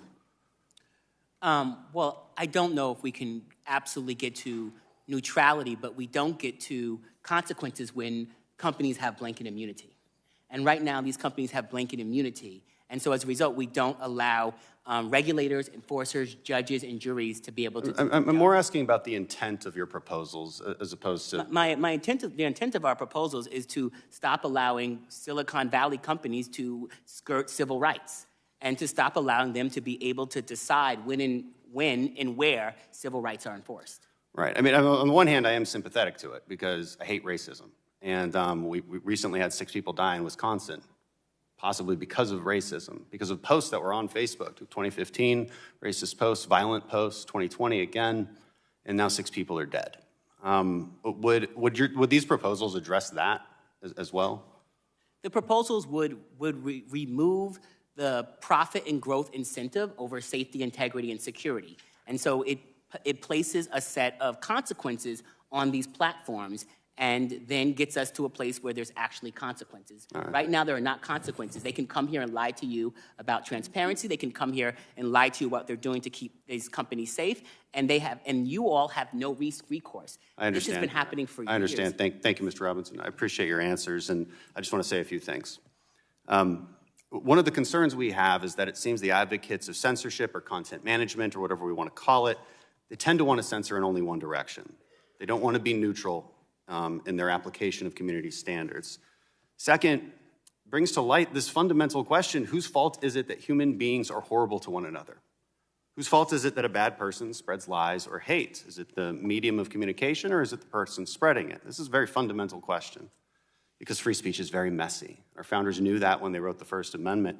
It can result in all sorts of chaos and pain and hurt feelings because the human race is indeed what it is. But let's be clear, that's a heck of a lot better than the alternative. This independent oversight committee being discussed with an elite, unaccountable few regulating what we see and what we don't. I don't want us to go down that path. And I want to be clear about something else. Republicans and Democrats do not agree on this issue. I've observed a clever strategy by the media and some of my colleagues implying that we all agree, that we're all moving in the right direction towards the same thing. We're all mad at big tech. This is not really true. We have very different views of the problem. And as the ranking member pointed out, one of the bills being considered today puts companies on the hook for any content that causes severe emotional injury, which remains undefined and open to interpretation. It's fundamentally un-American that your hurt feelings should dictate my free speech.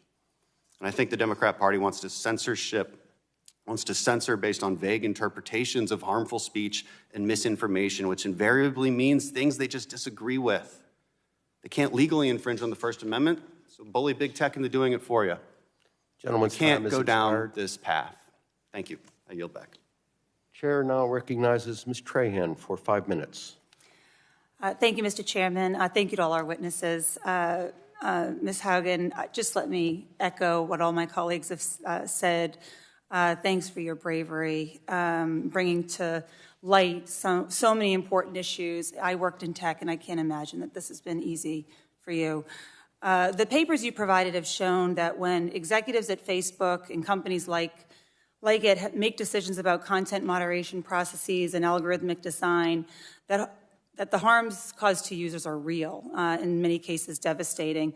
It's especially true for our young users already on services like Instagram, and it's true for young girls like my 7 and 11-year-old daughters who Facebook's internal plans identified as the company's next growth frontier.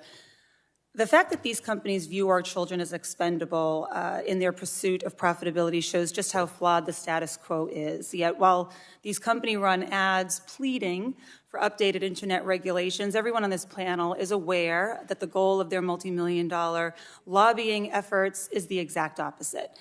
I recognize that bipartisanship can seem to be in short supply these days, like my colleague Mr. Crenshaw pointed out, but if protecting our children cannot garner the support of Republicans and Democrats alike, I truly fear for our future.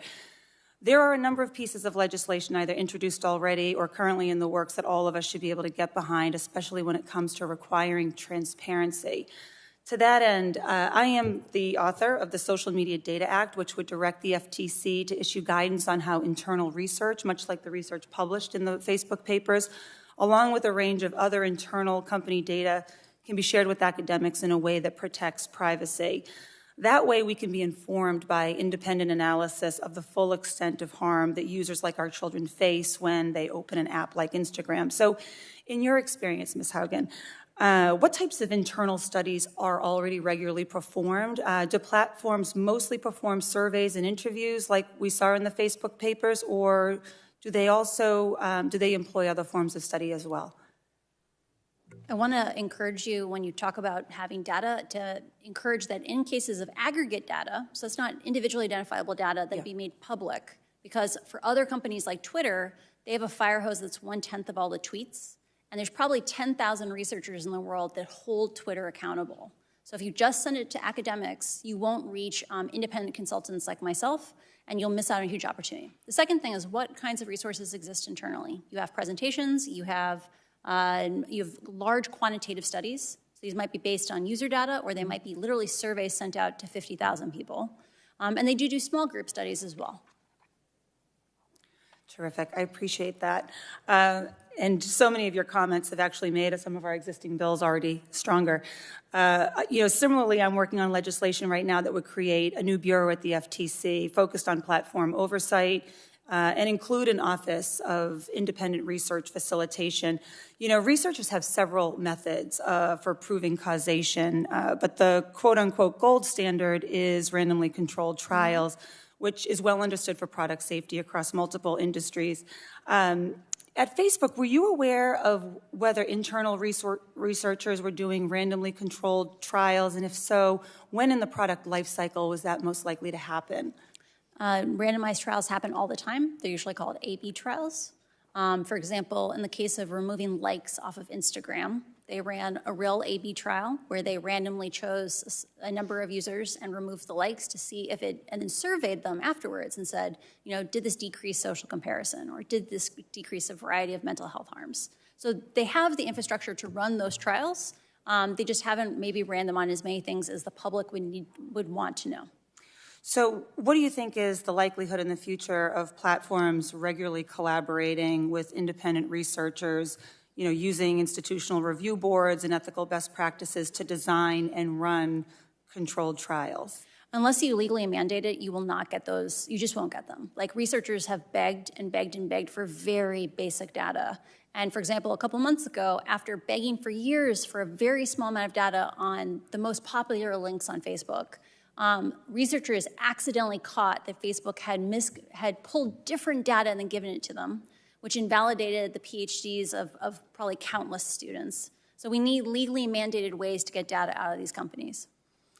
Which becomes very important when these companies talk about creation of things like Instagram for kids. So I appreciate that. I don't know how much time I'm going to get to this next line of questioning, and if I run out, I will submit my questions for the record because I'm so interested in your responses. But Mr. Robinson, you were one of the leaders of the Aspen Institute's Commission on Information Disorder, which recently issued a report that included suggestions for policymakers. One suggestion was that Congress require that platforms provide high-reach content disclosures or lists of popular content, and my office is currently working on text to do just that, and we would love to connect with you. But for now, can you just explain why this type of disclosure is important, how it complements several of the proposals we're discussing today, which aim to limit Section 230 immunity when recommendation algorithms are involved? The Aspen Commission Institutes, the proposal should be taken together because we can't actually get to policy recommendations or new policies if we don't have more transparency. And this actually gets to transparency around how these algorithms are functioning, how they are sort of moving content and getting much more clear about all those things. And so that is one of the pieces in transparency that I think is really clear and essential to getting towards the next steps. Gentlelady's time has expired. Thank you, sir. Okay, last but certainly not least, our gentleman from Pennsylvania, Mr. Joyce. You have 5 minutes. Thank you, Chairman Doyle and Ranking Member Latta, for holding this important hearing on holding big tech accountable. In light of what's happened over the past year, it's abundantly clear that this body needs to act on reforming Section 230 and reining in big tech. Recent reports have shown how far social media companies will go in order to maximize profit at the expense of consumers' well-being. It is disturbing to see this callous and harmful behavior from some of our largest companies. And personally, it worries me that it took a whistleblower coming forward for us to learn about these harmful effects that these products potentially and do often have. To take on the unchecked power of big tech in Silicon Valley, my colleagues and I have proposed a comprehensive package that will hold big tech accountable and work to protect consumers and, actually, most importantly, our children. I implore the majority to take up these crucial pieces of legislation and to do it now. Ms. Frederick, conservatives, especially in my district, feel as though their voices are being silenced by content regulators in Silicon Valley. How can we broadly ensure that this doesn't happen? So what really hasn't been talked about much here is the fact that it's not even just about individual users or individual accounts or individual pieces of content. We are talking about market dominance that translates to Americans' ability to access information. You look at something like Amazon Web Services, which, you know, Google, Apple, they took down Parler, okay, whatever, you can get it on their desktop. People weren't extremely fussed about that. But then within 24 hours, when Amazon Web Services at the cloud hosting infrastructure level pulled the plug on Parler entirely, a whole litany of conservative users were silent, lights out at the snap of a finger. Insane. So in my mind, we absolutely need to use that First Amendment standard so things can happen to the content moderation issue.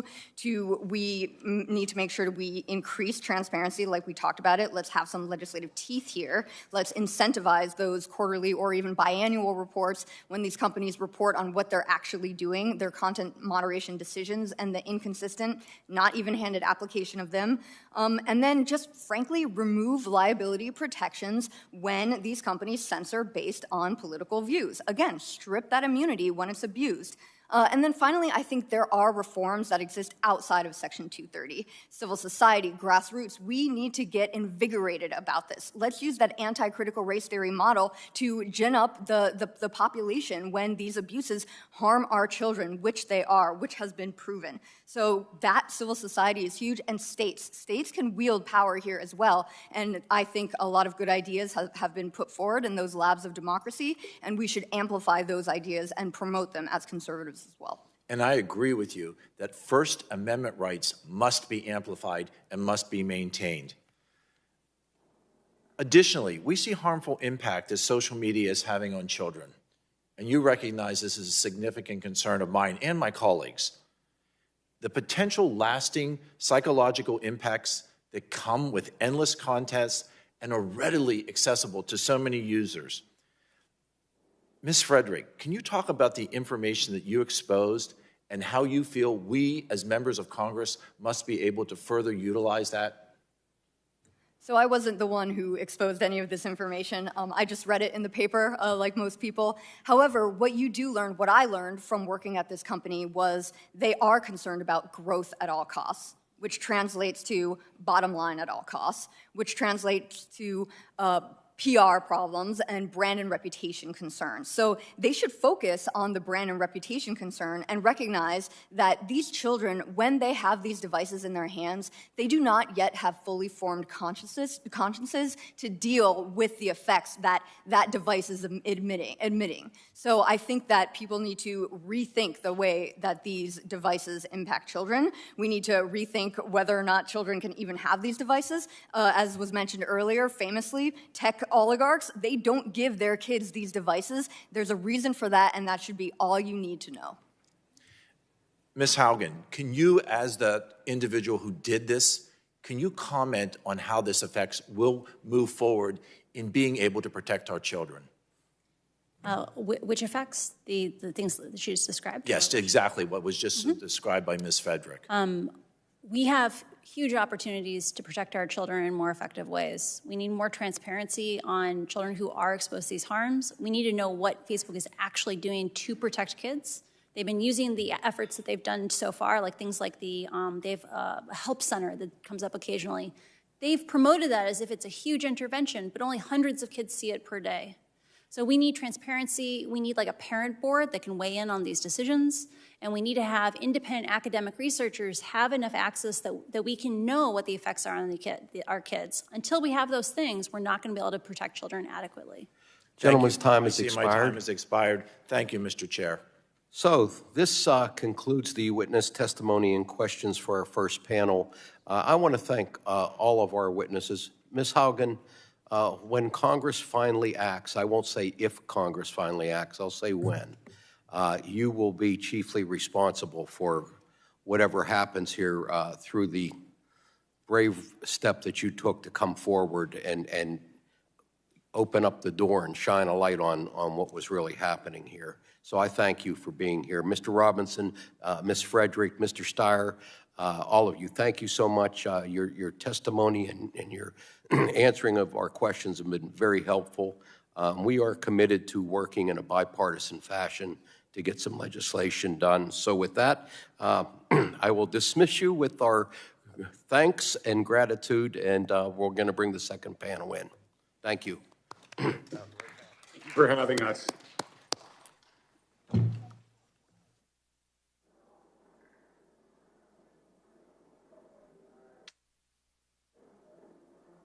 See you soon.